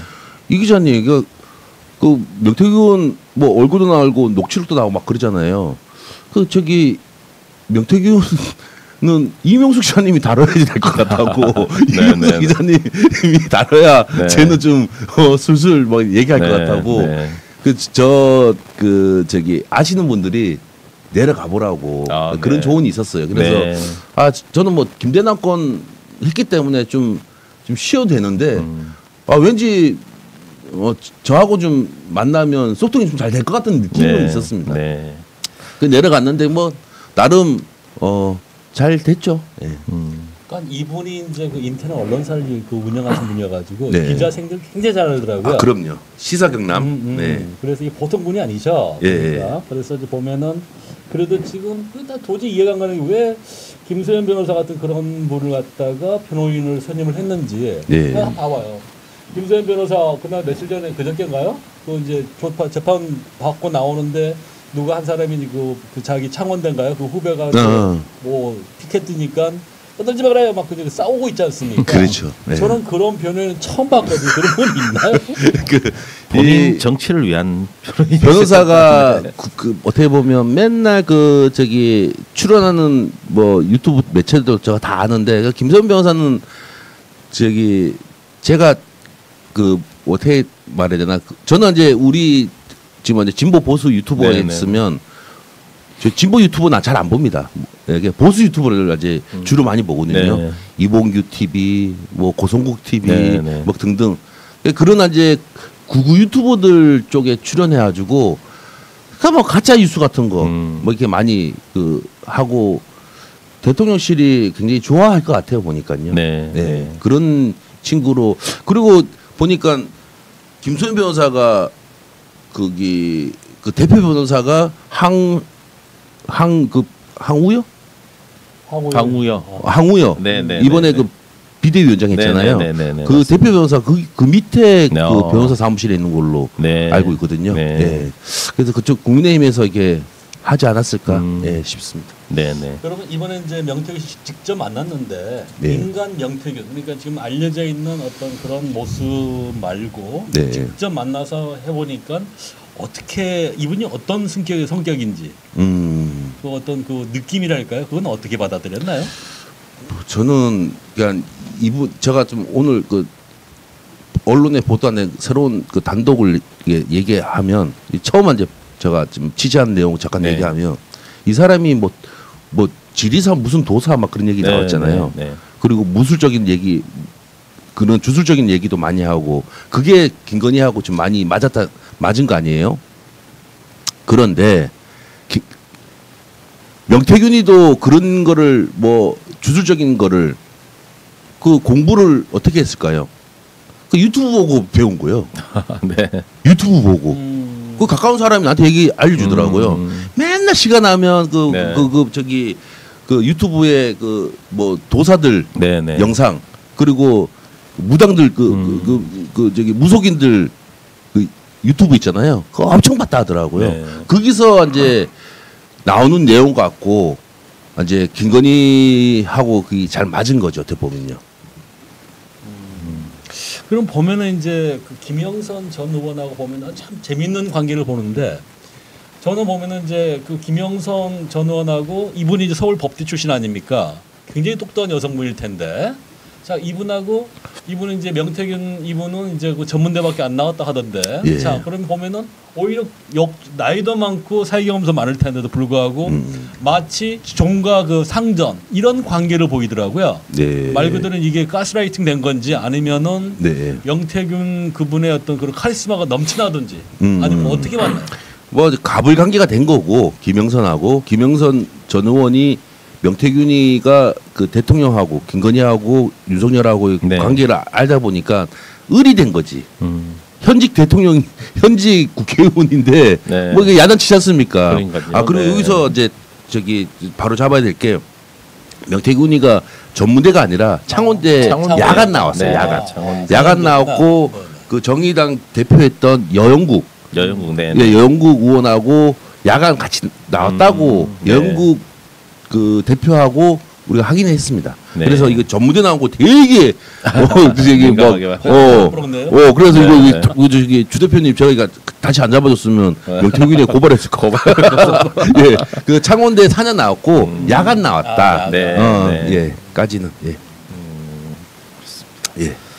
자, 그럼 명태균이 이제 그 윤석열 김건희 여사 관련된 뭐 네. 사진이라든지 녹취록 이런 거는 녹취는 남겨뒀을 거다. 그렇게 그럼요. 지금 보이시는 거죠. 네, 그렇죠. 그렇다고 예. 하면 명태균 씨가 윤석열 대통령과 2022년 5월 9일자 통화는 뭐 지금 나왔지만 예. 그 외에도 그러면 윤석열 대통령과 김건희 여사와 통화를 자주 하고 뭐 이런 거는 뭐 당연한 사실이다. 그렇죠. 그렇게 그 보시는 뭐 거죠? 네. 보도에 따르면 뭐 아침에 전화 와서 네. 뭐 물어보고 네. 그랬다 엄청 많을 것 네. 같은데요.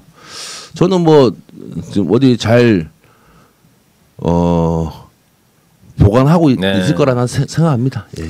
그래서 네. 관련해서 보면 아까 말씀하신 것처럼 이제 이 수사 받으러 들어가면은 다르잖아요 분위기가. 근데 지금 사실 지금 명태균 씨 둘러싸가지고 제기된 의혹이 굉장히 많은데 이번에 이틀 조사한 건가? 3일 이틀요. 이틀 조사하고 네. 한 8시간 10시간밖에 안 해 11시간밖에 안 했단 말입니다. 네. 그러면 전문가 입장에서 봤을 때 기수사를 많이 받았던 네. 아주 많이 수사를 받고 다니시는데 아까 말씀하신 것처럼 봐주기 위해서 그 시간을 잡은 거냐 네. 아니면 진짜 심도 있게 이걸 진실을 캐고 이걸 하기 위해서 수사한 거 같냐 네. 어떻게 검찰 태도를 어떻게 바라보고 계십니까? 저는 이분이 검찰 조사받고 나왔대 아주 표정을 보는 거죠. 네, 네. 저도 받아봤으니까 지가 검찰에서 조사할 때 막 추궁하고 그러면 우리 정치인들 막 뭐 저기 늦게까지 조사받고 나올 때 얼굴 보세요. 창피해지잖아요. 진이 빠져 있죠. 진이 빠져 있죠. 네, 근데 네, 맞습니다. 씩씩하잖아요. 네. 네? 저도 봤어요. 제대로 된 질문을 안 근데 받았다는 내가 올 여름에 그 저기 반부패 가서 받은 수사처럼 받은 거야. 네, 봐주기 수사 맞습니다. 느낌이 확 오는 거예요. 검찰 그래서 네, 수사를 받으면은 그게 생각지도 못한 질문을 받고 거기에 대한 대답을 하고 하면은 정말 피곤해서 진이 빠지는. 그렇죠. 예, 예. 나와서 기자에게 호통치고. 제가 네. 그 추론할 건데 검찰에서는 이렇게 그 조사를 했을 거라고 저는 이제 예상합니다. 저도 그렇게 조사 받았으니까 명태균이가 뭐 유튜브나 기자들하고 통화한 내용들이 그 유튜브나 방송에서 나온 거 있지 않습니까? 네. 그 내용 갖고 네. 조사를 했을 거다. 저도 네. 그랬으니까요. 네. 나온 것만 가지고. 네, 나온 거 갖고 이때는 왜 이런 얘기 했냐? 이때는 왜 이런 얘기 했냐? 그렇게 했을 거라고 나는 굉장히 그렇게 생각하고 있습니다. 저는. 뭐 그런 대답을 해서 본인 또 나와서 기자분들에게 얘기한 게 뭐 대통령과 그는 뭐 너스레를 떨었다 뭐 그런 식으로 얘기를 하고 뭐 그렇죠. 하더라고요 보니까. 예, 또 예. 뭐 국민으로서 그 정도 얘기할 수 있는 의견 낼 수 있지 않냐. 음. 아마 검찰에서 뭐 정해진 답을 그렇게 얘기한 걸로 보이는데. 그렇죠. 예, 보시는 그렇죠. 거죠? 예, 네, 저도 네, 그렇게 아니 제가 그 검찰 조사를 봐주기 네. 검찰 조사를 안 받아봤으면 이런 얘기 못 하는데 저는 명태균이 이런 조사를 받았겠구나. 지가 여태까지 방송에 했던 얘기들 그 검찰에서 이제 모아놓고 그때 왜 이런 얘기 네. 했어요 하면 답변하고 네, 네. 그런 식으로 조사했을 것 같은. 다 사실이 아니다. 뭐 과장해서 얘기한 거고 그렇죠. 그런 식으로 예, 대답을 예. 했을 거라고 보시는 거죠. 네, 그렇습니다. 예. 네. 그렇다면 이게 지금 명태균 씨 가지고 있는 분명히 가지고 있을 거라 저는 보고 있거든요. 예. 그다음에 지금 사실 국힘 쪽에서 아마 그런 뭐 이게 여사 한남동 김 박사하고 명태균 씨와 나눈 대화 내용이 풀린다는 소문이 돌고 있나 봐요. 네. 지금 현재 네. 어제 그러니까 금요일부터 해가지고 예, 저도 좀 본 것 같아요. 풀리고 있는 예. 것 같은데. 자 그렇다면은 지금 현재 김소연 변호사가 들어가고 이게 딜을 했을까요? 정부하고 이제 어떤 그건 직접적으로는 안 했겠지만은 네. 그런 어떤 김소연들 그런 제 3자를 통해서 톤 다운 시키고 네. 그다음에 그러면은 이제 우리가 뭐 한번 더 가벼운 걸로 한 건 걸어서 그것만 뭐 집행유예든 벌금이든 그 벌금은 안 되겠지만은 네. 그런 거 휴유막 내려고 하는지 네. 그렇게 보는지 아니면은 다 넘겼을 거라 생각하시는지. 저도 뭐 기소해봤자 뭐 큰 거 갖고 하겠습니까? 그렇죠. 예, 네. 뭐 크게 그냥 무혐의 주기는 좀 그럴 거고, 예, 무혐의 주기는 그럴 거고 뭐 벌금형 정도 되는 거 갖고 좀 하지 네. 않을까 검찰에서 하는데 검찰도 조심해야 될 게 명태균 씨도 조심해야 될 게 당신만 그 김건희하고 녹취록이 있는 게 아니라 그렇죠, 맞습니다. 네. 민주당에 건너간 녹취록이 있지 네, 않습니까? 네, 네. 그리고 민주당에 안 넘어간 녹취록도 있을 거란 말입니다. 네, 네. 그 기자들이 지금 아직 하고 있죠. 저도 그거 이제 명태균이 안 주면 민주당에 넘어간 녹취록들이 다 넘어가지 않았을 그렇죠. 거라고요. 네, 네, 네. 강혜경 씨가 그 창원지검에 제출했던 네. 녹취를 민주당에 전달했다고 그렇게 얘기를 하던데 음. 그 전제 다는 전달하지 않았을 거다 그런 말씀이시죠. 그러니까 강혜경 씨는 녹취록을 전달했다고 그 뭐 일부도 뭐 네, 넘겼겠지만 네, 네. 더 많은 사람이 또 그렇죠. 네, 네. 넘긴 사람이 있을 네, 네. 거라고 생각하고 제가 강혜경 씨나 그 다른 분들은 내가 강혜경 씨는 내가 다른 또 노영희 변호사님이 이렇게 네, 잘해주고 계셔가지고 네, 네. 제가 이제 강혜경 그 저기 회계 담당자분하고는 내가 접촉은 한 번도 안 해봤습니다. 네, 네, 네. 그런데 또 제3의 인물들이 또 있다. 네. 그래서 이거는 명태균이가 지가 살려면 그냥 양심선언 하는 게 이거 갖고 종국 끝날 때까지 맞습니다. 명태균 갖고 야당에서는 계속 울고 먹어도 되는 거예요. 네, 솔직하게 네, 네. 얼마 큰 내용들입니까? 예.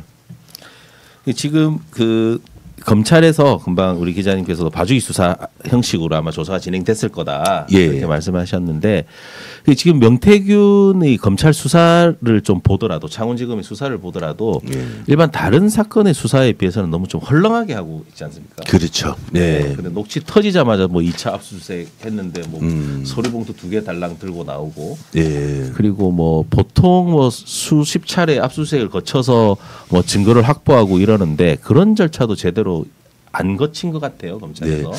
검찰에도 좀 머리 아플 거예요. 네. 이거 명태균 사건은 대한민국 국민들이 거의 뭐 그렇죠. 7, 네, 80%는 다 알죠. 거의 다 알잖아요. 네. 근데 이거를 지가 했던 얘기가 있고 지금 와서 검찰 수사를 뭐 불기소하거나 기소 안 하거나 그러면 국민들이 이제 검찰의 민낯을 네. 봐서 국민들이 들고 일어날 것 같지 일어나지 않을까.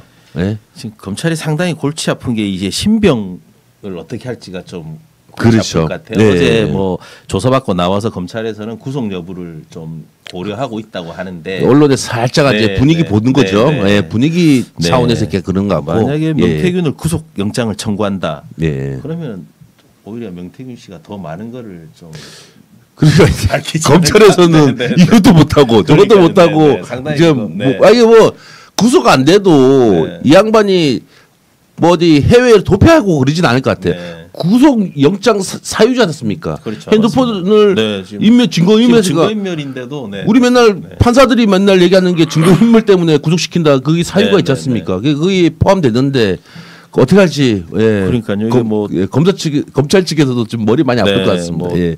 그래도 이 양반이 뭐 구속 안 시키고 또 밖에 나와 있어도 뭐 대한민국 기자들이 바보입니까? 그렇죠. 계속 네. 붙어가지고 맞습니다. 예? 네. 그 이제는 위에서 지시를 받았는지 제가 이틀 전에 검찰 조사받기 하루 전날에 제가 이제 만났죠. 네. 만나는데 기자들하고 그러니까 위에서 지시 내려온 것 같아 내 느낌에. 그래서 야 기자들하고 최대한 말하지 마라. 네. 근데 명태균은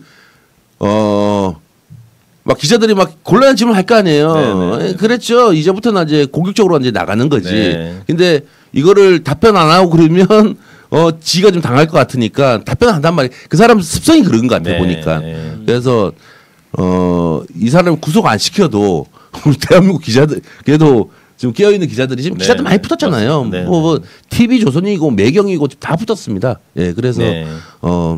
그 고민은 검찰에 있다. 네. 윤석열이 김건희가 고민되는 거지. 우리는 맞습니다. 뭐 지켜보면 네. 되는 거다. 그렇죠. 예. 이게 지금 뭐 명태균 씨의 그 휴대폰도 지금 입수를 못한 것 같고 그런 예. 상황 같은데 그렇다 일반 국민들이 보기에는 그런 그렇죠. 것도 제대로 입수를 하지 못하고 그렇죠. 수사기관에서 예, 예. 또 지금 증거인멸 우려도 있고 사건 관계자들과 계속 접촉도 하고 있잖아요. 지금. 그렇죠. 네, 그런데도 그 당연한 이게 구속 사유자, 구속 영장 청구 사유잖아요 이게. 네. 그런데 지금 검찰에서 상당히 지금 고민하고 있지 않을까.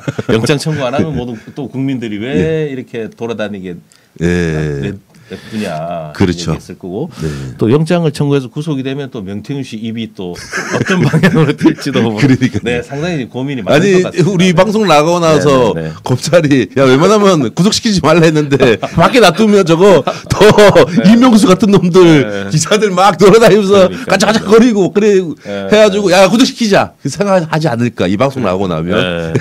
자, 구속 예. 이제 영장을 청구할지 청구하지 않을지 그것도 상당히 네, 좀 한번 지켜봐야 될 그런 부분인 것 같습니다. 예 그렇습니다. 예. 그러면은 네. 이제 저는 그 부분이 이제 이 검찰이 지금 현재 사실 기로에 서 있지 않습니까? 예. 조직 자체가 굉장히 위감을 느끼고 있다 하더라고요. 사실 이제 위에 이 검찰 인력이 한 2천 몇 명 되는데 이 검찰 정권에서 혜택 보는 건 사실 한 100명도 안 되거든요. 네. 상층들 네.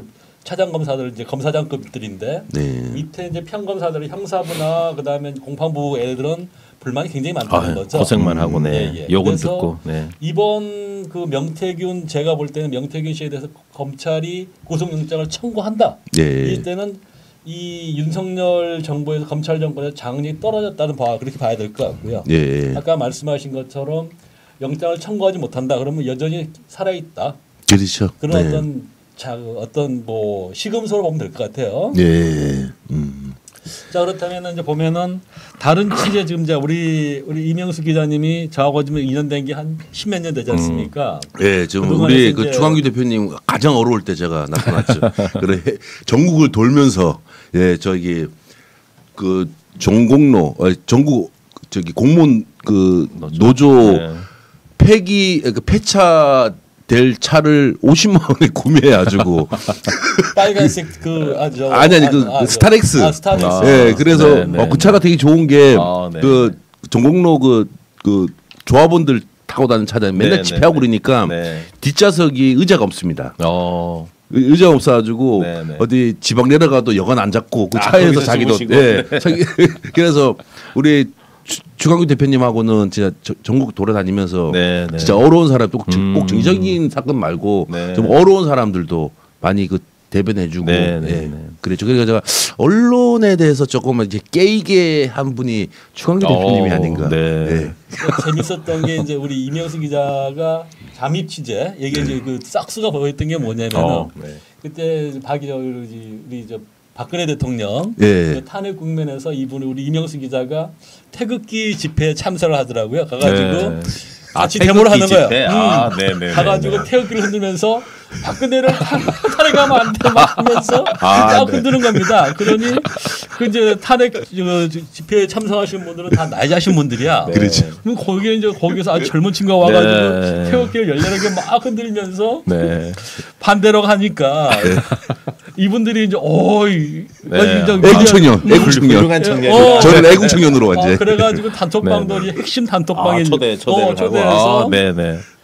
그래가지고 당시 신현이 그 강남구청장 그 네.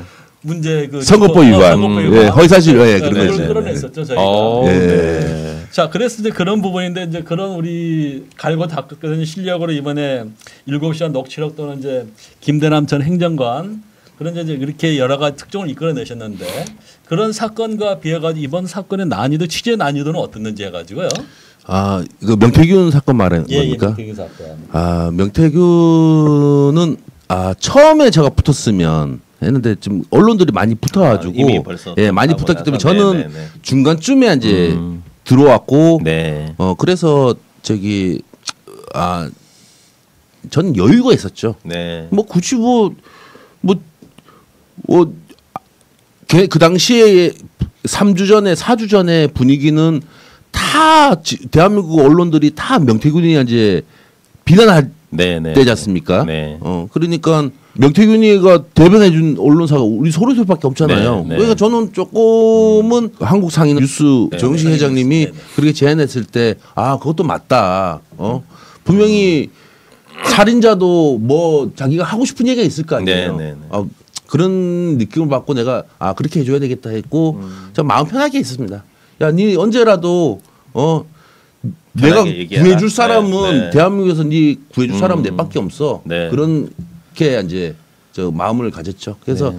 뭐 언론들이 저는 또 이게 언론들이 좀 많이 붙는 취재는 저 안 합니다, 솔직하게. 네, 네. 근데 우리 내 근처에 있는 분들이 야, 명태균은 이명수 자네가 자네과니까 자네가 좀 해 무서워. 거의 성격이 비슷해. 네, 그러니까요. 네. 저도 저 버럭하는 거 좀 있거든요. 네, 좀 나하고 좀 안 맞으면 네, 네. 좀 할 때가 있어. 근데 어제 그 저기 JTBC 네. 야, 네, 거기서 네, 네. 신불자인데 맞습니다. 네. 그거 이제 제대로 이게 나온 거 그렇죠. 거기서 이제 버럭하는 거 봐요. 건드린 것 같아요. 건드린 네, 거야. 네, 네, 네. 나도 그러니까 저는 그 창원에 있으면서 거기 취재 기자들이 있었습니다. 네, 거기 네, 다 네. 언론사들 도청, 시청 거기서 이제 광고 다 받았습니다. 네, 네, 네. 출입 기자들. 그래서 내가 다 가니까 그 지역 선후배들 거 아니에요. 마산고 막 그게 네, 선후배들 네, 거 아니에요. 다 잘 알지. 명태균이 되게 잘 알지. 기사는 못 써. 네. 기사 딱 쓰고 나면 공보실에 전화 온대. 네, 네. 뭐 명태균 관련해서 도청이고 시청이고 그리고 시청 가지고 내가 그 프레스센터 옆에 그 공보실이 있더라고요. 네. 그래가지고 여기 시장님 좀 저기 만날 건데 공보실 팀장님 잠깐만 오세요. 그러니까 서로 안 갈라 그래. 이명수하고 안 부딪히려고 그래가지고 그런 분위기를 좀 네, 가지고 네. 느꼈고 네. 그 지역 언론사들이 이 양반이 뭐 큰 정치인들만 했겠냐. 그렇죠. 자 네, 이번은 네. 해서 네. 다 그 현금 받고 그랬을 거라고 이제 저한테 이제 네. 다 얘기해 주더라고요. 선거 때마다 네. 또 이렇게 네. 그러니까요, 뭐 굳이 뭐 창원만 그런 게 아니라 네. 그리고 그 지역구는 본선만 올라가면 당선이잖아요. 그렇죠. 네, 네, 네. 그러니까 경선 때 국민의힘까지 후보자들끼리 떨어진 사람들 있잖아요. 네, 네, 네. 떨어진 사람들이 명태균을 얼마나 싫어했겠어요. 그렇죠. 조작하는 걸 알고 있었을 네, 거 아니에요. 네. 그 관련해서도 이제 뭐 기사 나온 것도 있더라고요 보니까. 그래서 불구불 어제 엄청 돈 받았을 거다. 네. 근데 그거를 어저께 JTBC 기자가 신분짜면서 현금으로 받았는데 현금으로 계좌 얘기를 왜 하냐. 그러니까 와.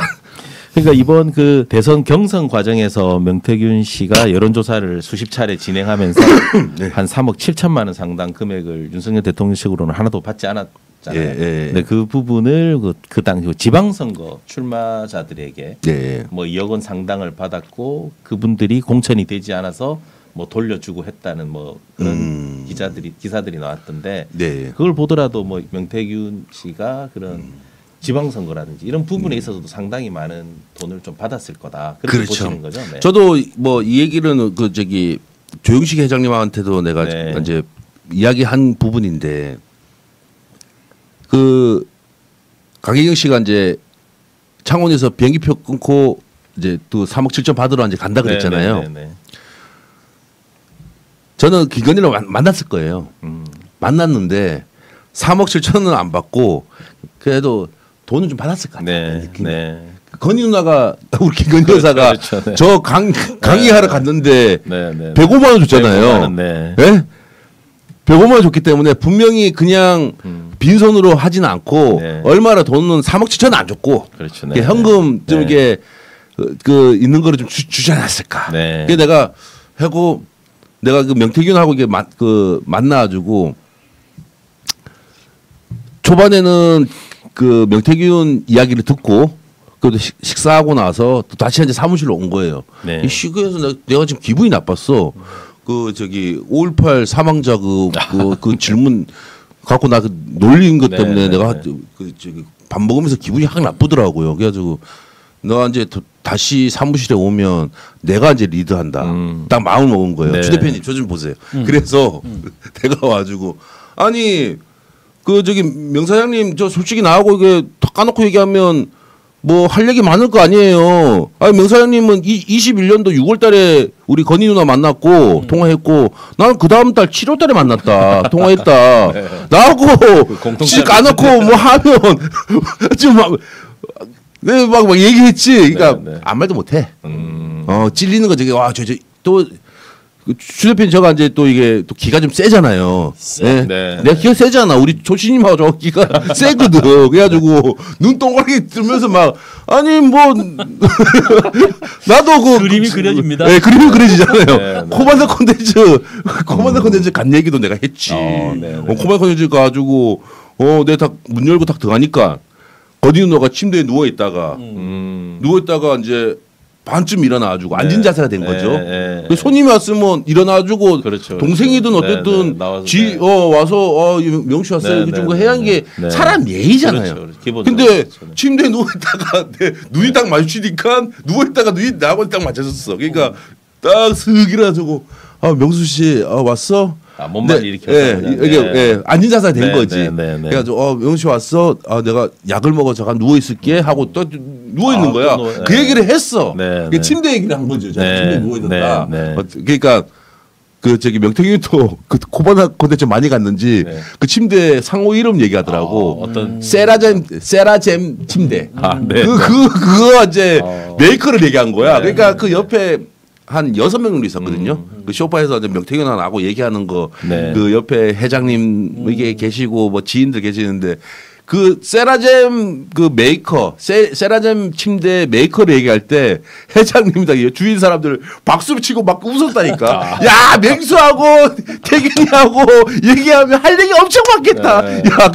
유일하게 저기 세라젬, 세라젬이면 내가 또 어디 방송에서 세라미인가 뭐 이렇게 해가지고 했는데 세라젬입니다. 세라젬 침대. 그런 얘기였습니다. 자, 그러면 이제 명태균 선생 이분 그 취재 계획은 어떻게 되나요? 명태균요?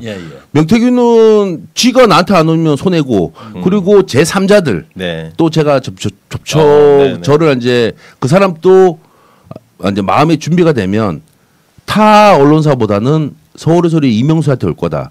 타 언론사들은 취재물만 쪽 빼먹고 그렇죠, 맞습니다. 단물만 빼먹고 아직 버리잖아요. 맞습니다. 근데 우리 서울의 소리는 언론사이면서 시민 그 단체고 성격이 있기 때문에 제보자가 했으면 그것도 이제 우리가 보호도 해줘야 되고 네, 변호사나 뭐 맞습니다. 그 초진님 또 그 이상 또 준비하고 있다. 네, 네. 그거를 해서 저희도 백은정 대표님하고 지난주 우리 최 대표님도 취재 오셨는데 제가 네. 그 윤석열 대통령, 김건희 여사 그 정치자금법하고 공직선거법 위반으로 고발을 아, 했는데 예. 그때 제가 명태균 씨는 제외했습니다. 아 그래요? 네네네. 명태균 씨의 그 양심의 소리를 저희는 기다리는 차원에서 아 그걸 이제 메시지가 전달 가야 되는데. 그러게요. 이 명태균한테 방송을 보고 전달했습니다. 바로 얘기해줘야 되는데 당시에 저희는 명태균 네. 지난주에 이제 고발을 했는데 네. 우리 명태균 씨만 뺐습니다. 뺐습니다. 네, 저희는. 뺀 이유가 뭡니까? 네. 앞으로 이제 공익적인 차원에서 네 정말로 이제 사실을 밝혀 주실 거라는 그런 네. 기대에 저희는 명태균 씨에 대해서는 고발을 제외했습니다. 아 그랬구나. 네. 예, 네, 네, 저는 네. 고발 기자회견 한 거 봤지만 네, 네, 네. 창원에서 봤는데 바빠가지고 내가 네. 보지는 못했거든요. 네, 자세한 네, 내막은. 네. 야 우리 그 이렇게 우리 변호사님이나 초신님 우리 그렇죠. 시민단체에서 생각하고 있습니다. 네. 진짜 명태균 대표를 네. 이렇게 생각하고 있습니다. 맞습니다. 예. 네, 네. 명태균 대표님 예, 알아서 판단하세요. 그 부분 관련해서 저도 하나 이제 한번 예상을 한번 해보겠습니다. 예견입니다. 네. 그러니까 한마디로 이제 주술적은 아니고요. 네. 다만 이제 오늘 그 얘기하다 보니까 딱 나오는 게 자 우리 명태균 그 이제 엑스파일을 하겠죠. 소위 핵심인 우리 한남동 김 박사하고 둘이 나눈 대화라든지 어떤 핵심적인 내용은 바로 이 자리에서 우리 이명수 기자가 밝히지 않을까. 예. 저는 기대하고 있습니다. 예, 예. 네, 네. 그럼요. 저는 뭐 명태균이 아니면 또 제3자라고 아까 이제 방송에 이야기했는데 그분 또 민주당에 안 간 녹취록 네, 나한테 주지 않을까. 네, 그리고 명태균 씨가 지금 뭐 좀 그 지역에서는 그 뭐 평이 뭐 좋지는 않더라고요. 그냥 뭐 저기 정치인들 몇 명, 저기 당직 그 국민의힘 이제 당직자들 네. 그런 사람들한테만 하지만 그쪽도 여론조사하는 업체들이 있을 거 아니에요. 그렇죠. 창원이나 네, 네. 언론사들 나쁜 사람입니다. 네, 그렇게 다 평가하고 있더라고요. 네. 그러니까 이게 이분이 이제 뿌리가 깊은 게 아니고 네. 이제 김영선 이분을 어떤 고리를 통해서 급격하게 인맥을 넓힌 게 아닌가. 그렇죠. 네. 그러면서 앞에 내세운 게 아까 말한 여론, 네. 여론 장사죠. 예. 자기가 여론 장사 한다니까 그걸 가지고 자기 필요에 의해서 한마디로 맞춤형 아닙니까? 네. 지금 현재까지 나오는 거 봤을 그렇죠. 때는 네, 네. 맞춤형 여론조사를 가지고 전문을 하는 뭐 그런 성격이어서 한마디로 이제 전국을 흔들고 있는데 아직까지는 이게 명태균 보세요. 그 양반이 뭐 20몇 살 때까지 뭐 소주 네, 짜다가 소주, 뭐 네, 어떻게 네. 그 핸드폰 그 가게에서 일하면서 그 주소 따고 여론조사 뭐 이렇게 하고 언론사 이렇게 하고 했는데 어떻게 보면 김명선 만나서 김종인 만나고 이준석 만나고 네. 하다 보니까 대통령 하고도 뭐 접촉하고 네. 그러니까 세상이 뭐 기자들이 뭐 눈에 들어오겠습니까 그냥? 그렇죠. 네, 맞습니다. 예? 그런 상황이었던 것 같아요. 그냥 뭐 그래서 세상 사람들 다 우스워 보이지 뭐 기자들을 다 우스워 버리고. 그렇죠. 뭐. 근데 대통령과 대통령보다 더 위에 있는 김건희여서 그러니까요. 그 사람하고 그 놀았던 사람이 네, 그 맞습니다. 눈에 들어오겠냐고요. 네, 네. 그 우리 일반인들이나 웬만한 정치인들 아유 김영선 내가 방송에도 얘기 많이 했지만 지역 언론사들 김영선 의원한테 호통친 녹취록 나왔잖아요. 네, 네, 네. 그거 나오기 전에 저는 일주일 전에 지역 언론사 그쪽 기자님하고 이제 만났는데 그때 그런 얘기 하더라고요. 그 김영선 의원 그 지역구에 명태균이 있고 기자 2명이 있었던 거예요. 네. 그 저 일반 평기자도 아니고 좀 짬밥 한 20년 있어 네, 네. 되는 이제 그 기자님 이렇게 둘이서 그 인구 소멸 관련해서 이제 명태균하고 이제 대화를 하고 네. 있었답니다. 네. 근데 김영선 의원이 들어온 거예요. 그러면서 인구 소멸 관련해서 막 이제 기자들하고 얘기하다가 네. 김영선 의원이 들어오니까 저런 아줌마들 때문에 우리나라가 안 된다고. 그 김영선 네. 전 의원 결혼 안 했잖아요. 네, 네, 네. 결혼 안 했잖아. 네, 그렇죠. 막 그거 갖고 그래서 기자들이 깜짝 놀란 인구 거야. 소멸. 네. 기자들이 이제 그 네. 당시에 깜짝 놀랐다는 거예요. 야 어떻게 현직 의원한테 그렇죠. 네. 우리 그렇게 못하잖아요. 그렇죠. 또 오선 맞잖아요. 오선이고. 네, 네. 야 거기서 기자들이 속으로 저기 김영선이가 의리구나. 명태균한테 그거 이제 느낀 걸 저한테 있었던 얘기를 해주더라고요. 네. 네. 그러니까 이분 이제 그 우리 명태균 씨가 보게 되면은 뭐 지역에서 뭐 좋은 일도 많이 하긴 하시는 것 같아요. 뭐 기부 네, 창원대에도 뭐 기부한 것 좀 얘기 나오더라고요. 근데 이분 이제 그 처음에 저도 이제 이 사건이 불거졌을 때 한번 이제 이걸 한번 들여다본 적이 있는데 이게 아주 재밌는 이력이 있어요 이분한테. 왜냐면은 그 기사에 나오는 건데 정책 책사 등이 참석했다고 나와요. 지금 뭐냐 봐봐요.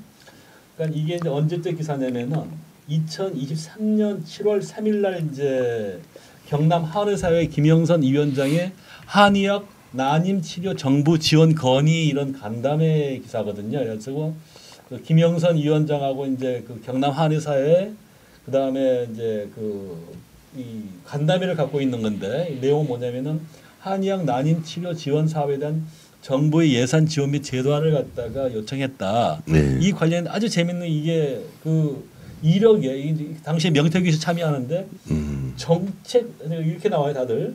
뭐 창원제 백승일 뭐 특별보좌관 김영선 위원장 이민희 전 창원시 의원 그다음에 명태균 씨는 뭐라고 소개하냐면 명태균 정책 책사 등에 참석했다. 책사. 예. 정책 책사. 예. 정책 책사. 정책 책사라는 용어 좀 웬만 안 쓰잖아요. 그러니까. 네. 나 그래서 기사에 이게 나와 있길래 책사. 처음에 봤을 때 이게 맨 처음에 명태균 씨가 불거졌던 게 무속인 아니냐. 그렇죠. 이렇게 시작을 했었거든요. 네. 근데 보면 당시에 벌써 나온 게 정책 책사라. 우리 같으면 뭐 보좌관이라든지 아니면 자기 그렇죠. 뭐 언론사라든지 뭐 이런 걸 대표 이렇게 했을 텐데 정책 책사 분명히 자기가 얘기를 했을 거란 말입니다. 그렇죠. 예. 자 그렇다면은 그래서 여쭤보는 거예요. 자 그럼 이 부분과 연결을 한번 해보자고요. 과연 이 명태균 이제 게이트라고 저는 이제 보고 있는데 게이트가 활짝 열릴까요? 아니면 닫힐까요? 그 다음에 결국 이게 우리 그 윤석열 정권의 명언과 지금 현재 기울어가는 이제 윤석열 이제 정권인데 이걸 몰락을 독촉할까요? 아니면은 그냥 그 뭐 태산 명동의 서울 필기역으로 그냥 지나갈까요? 어떻게 우리 개인적으로 네. 우리 이명수 기자님은 어떻게 바라보십니까 이 사건을? 예. 명태균 사건은 뭐 더 밝혀지진 여기서 뭐 꼬리 자르든 그 뭐 명태균 얘기를 하고 있는 건데 네. 뭐 지금 명태균 같은 사람들 한 명밖에 없을까요? 그렇죠. 네. 또 있겠죠. 또 나는 지금 뭐 그런 사람들 거론된 사람들 내 귀에 들어와요. 네. 그 김건희하고 윤석열이가 못한 게 뭔지 아십니까? 자기에게 도와준 사람들 있지 않습니까? 안 챙겼어. 챙기지는 못했군요. 네. 그래요? 많아요. 그런 사람들이 도움받은 사람들이 많다니까. 네. 대선 경선 때부터 자기 돈 써갖고 한 사람이 많아요. 네. 근데 내가 한 거에 비해 조금밖에 안 준 거야. 네. 정권에서. 근데 당연히 자기 돈 써가면서 이렇게 많이 했는데 네, 여기까지 얘기하겠습니다. 하여간 그런 그 명태균 제2의 명태균 같은 사람들이 네. 대기하고 있다. 더 나올 제2의 거다. 제3의 네. 더 큰 네. 폭탄이 기다리고 있다. 있다. 예. 네. 이거는 뭐 처음 밝히는데 네, 예, 네, 그럴 겁니다. 네. 예. 네. 그 불안불안한 거는 네. 윤석열이다, 김건희다. 그렇죠. 네. 네, 우리는 네, 이제 네. 그런 사람들이 오면 나오면, 우리 네. 보도하면 되는 거예요. 그렇죠. 네, 그렇기 맞습니다. 때문에 잠 못 잘 거다. 이거 제가 좀 그런 얘기가 제 귀에 들렸지 않습니까? 네. 김건희가 모를 것 같습니까? 지은 죄가 있으니까 더 잘 알겠죠. 본인이 그렇죠. 직접 했으니까 더 잘 알겠죠. 아니 네. 밥이 넘어갑니까 지금? 네, 네. 불안불안할 거 아닙니까? 그러니 잠을 못 계속 자고 그 기운 못 차리고 누워 있단 네. 말이 사실인 것 네, 같아요. 그럴 잠도 수도 못 자고 그리고 누워있다고. 뭐 이렇게 해서 뭐 부랴부랴 뭐 그 사람 뭐 챙겨주나 뭐 이렇게 해도 또 고민들이 있을 겁니다. 분명히. 저는 마음 편해요 지금요. 어떻게 네, 보면요. 네. 아니 뭐 그 사람들이 알아서 조중동한테 가진 않을 거 아닙니까? 그렇죠. 네. 서울의 소리 아니면 뭐 진보 매체 쪽으로 올 거 아닙니까? 예. 저는 그래서 요즘은 좀 마음 편하다. 예. 자, 그럼 마지막으로 우리 변호사님은 이제 이번 그 명태균 게이트 네. 이 한번 총평을 한번 해주시죠.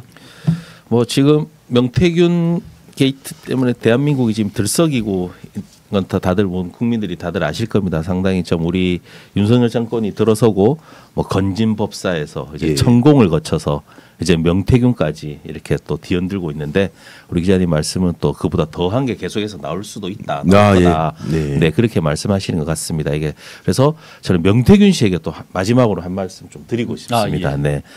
더 크게 다치시기 전에 빨리 우리 이명수 기자님을 찾아오셔서 네, 녹취도 제공하시고 있는 그대로 또 네, 공익 제보를 하시는 게 그게 가장 현명한 선택이 아닐까 저는 그렇게 생각합니다. 제가 이걸 좀 마지막으로 얘기하지만 제가 사람들이 그래 지금 보수 쪽에서 네. 그 유튜버 애들이 보수 쪽에서 시민단체에서 나한테 얘기해요.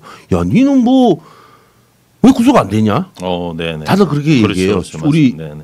조신님하고 네. 대표님하고 야, 이게 구속 안 되냐?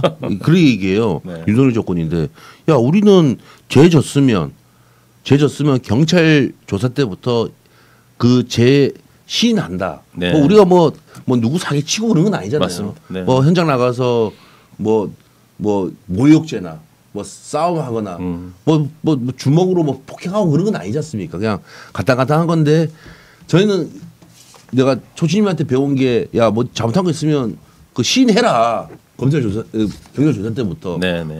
저는 잘못했다 싶으면 경찰한테 조사받기 전에 미리 얘기해요. 아, 예, 시인합니다. 야, 이걸로 고발 들어왔죠? 허위사실로요? 예, 맞아요. 저 허위사실 얘기한 거 안 내요. 네. 네, 시인해요. 그래서 조사를 빨리 끝납니다. 그런데 국민의힘 쪽이나 저쪽 유튜버 애들 있지 않습니까? 네네. 걔네들은 혐의가 나왔는데도 맞습니다. 네, 부인을 해요. 네, 뻔뻔하게. 네. 그래서 유일하게 지금 구속된 애가 윤석열 정부에 구속된 애가 2명이 있어요. 네. 윤석열 지지했던 애들. 네. 그 대표적인 게 그 이태원 유가족들한테 모질게 했던 김상진이 네네. 지금 징역 들어가 있지 않습니까? 네, 맞습니다. 네네. 지금 징역 1년 받고 제가 징역 1년 받고 1심 때 그 서울구치소에 면회까지 갔다 왔습니다. 예, 그래서 욕 안 하고 있던가요? 아니, 여러분은 욕 안 해요? 이게 1심 끝나고 1심 이제 판결 얼마 1심 끝났던가? 판결 네. 나고 2심 때 들어갈 때 김상진이 18건으로 혐의가 네. 18건이거든요. 네. 근데 네. 그게 18건 중에 제 거도 있습니다. 제 또 폭행건이 있어가지고 네. 업무방해 폭행건이 있어가지고 네.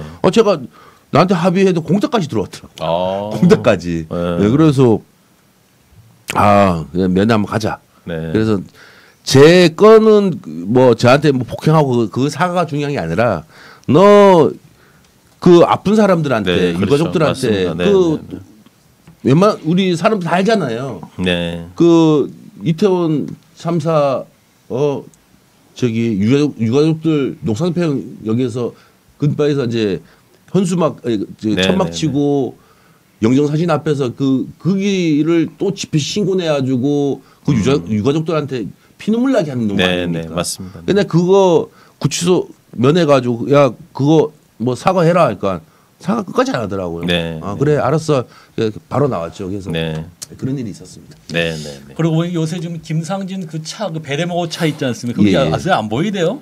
예. 활동 안 하시는가 봐요. 이제 그쪽 그 자기들 직원들 없었나요? 그러면? 직원들 좀 이게 있는데요. 그 직원들하고도 제가 좀 소통하고 있습니다. 그래서 걔네들 먹고 살아야 될 거 아닙니까? 네. 그 김상진이가 맨이다 보니까 네. 없어지니까 없어지니까, 그게 네. 구속돼 있으니까 그 밑에 있는 그 김상진이 밑에서 뭐 월급 받으면서 허드렛일 했던 사람도 있을 거 아니에요. 네, 네.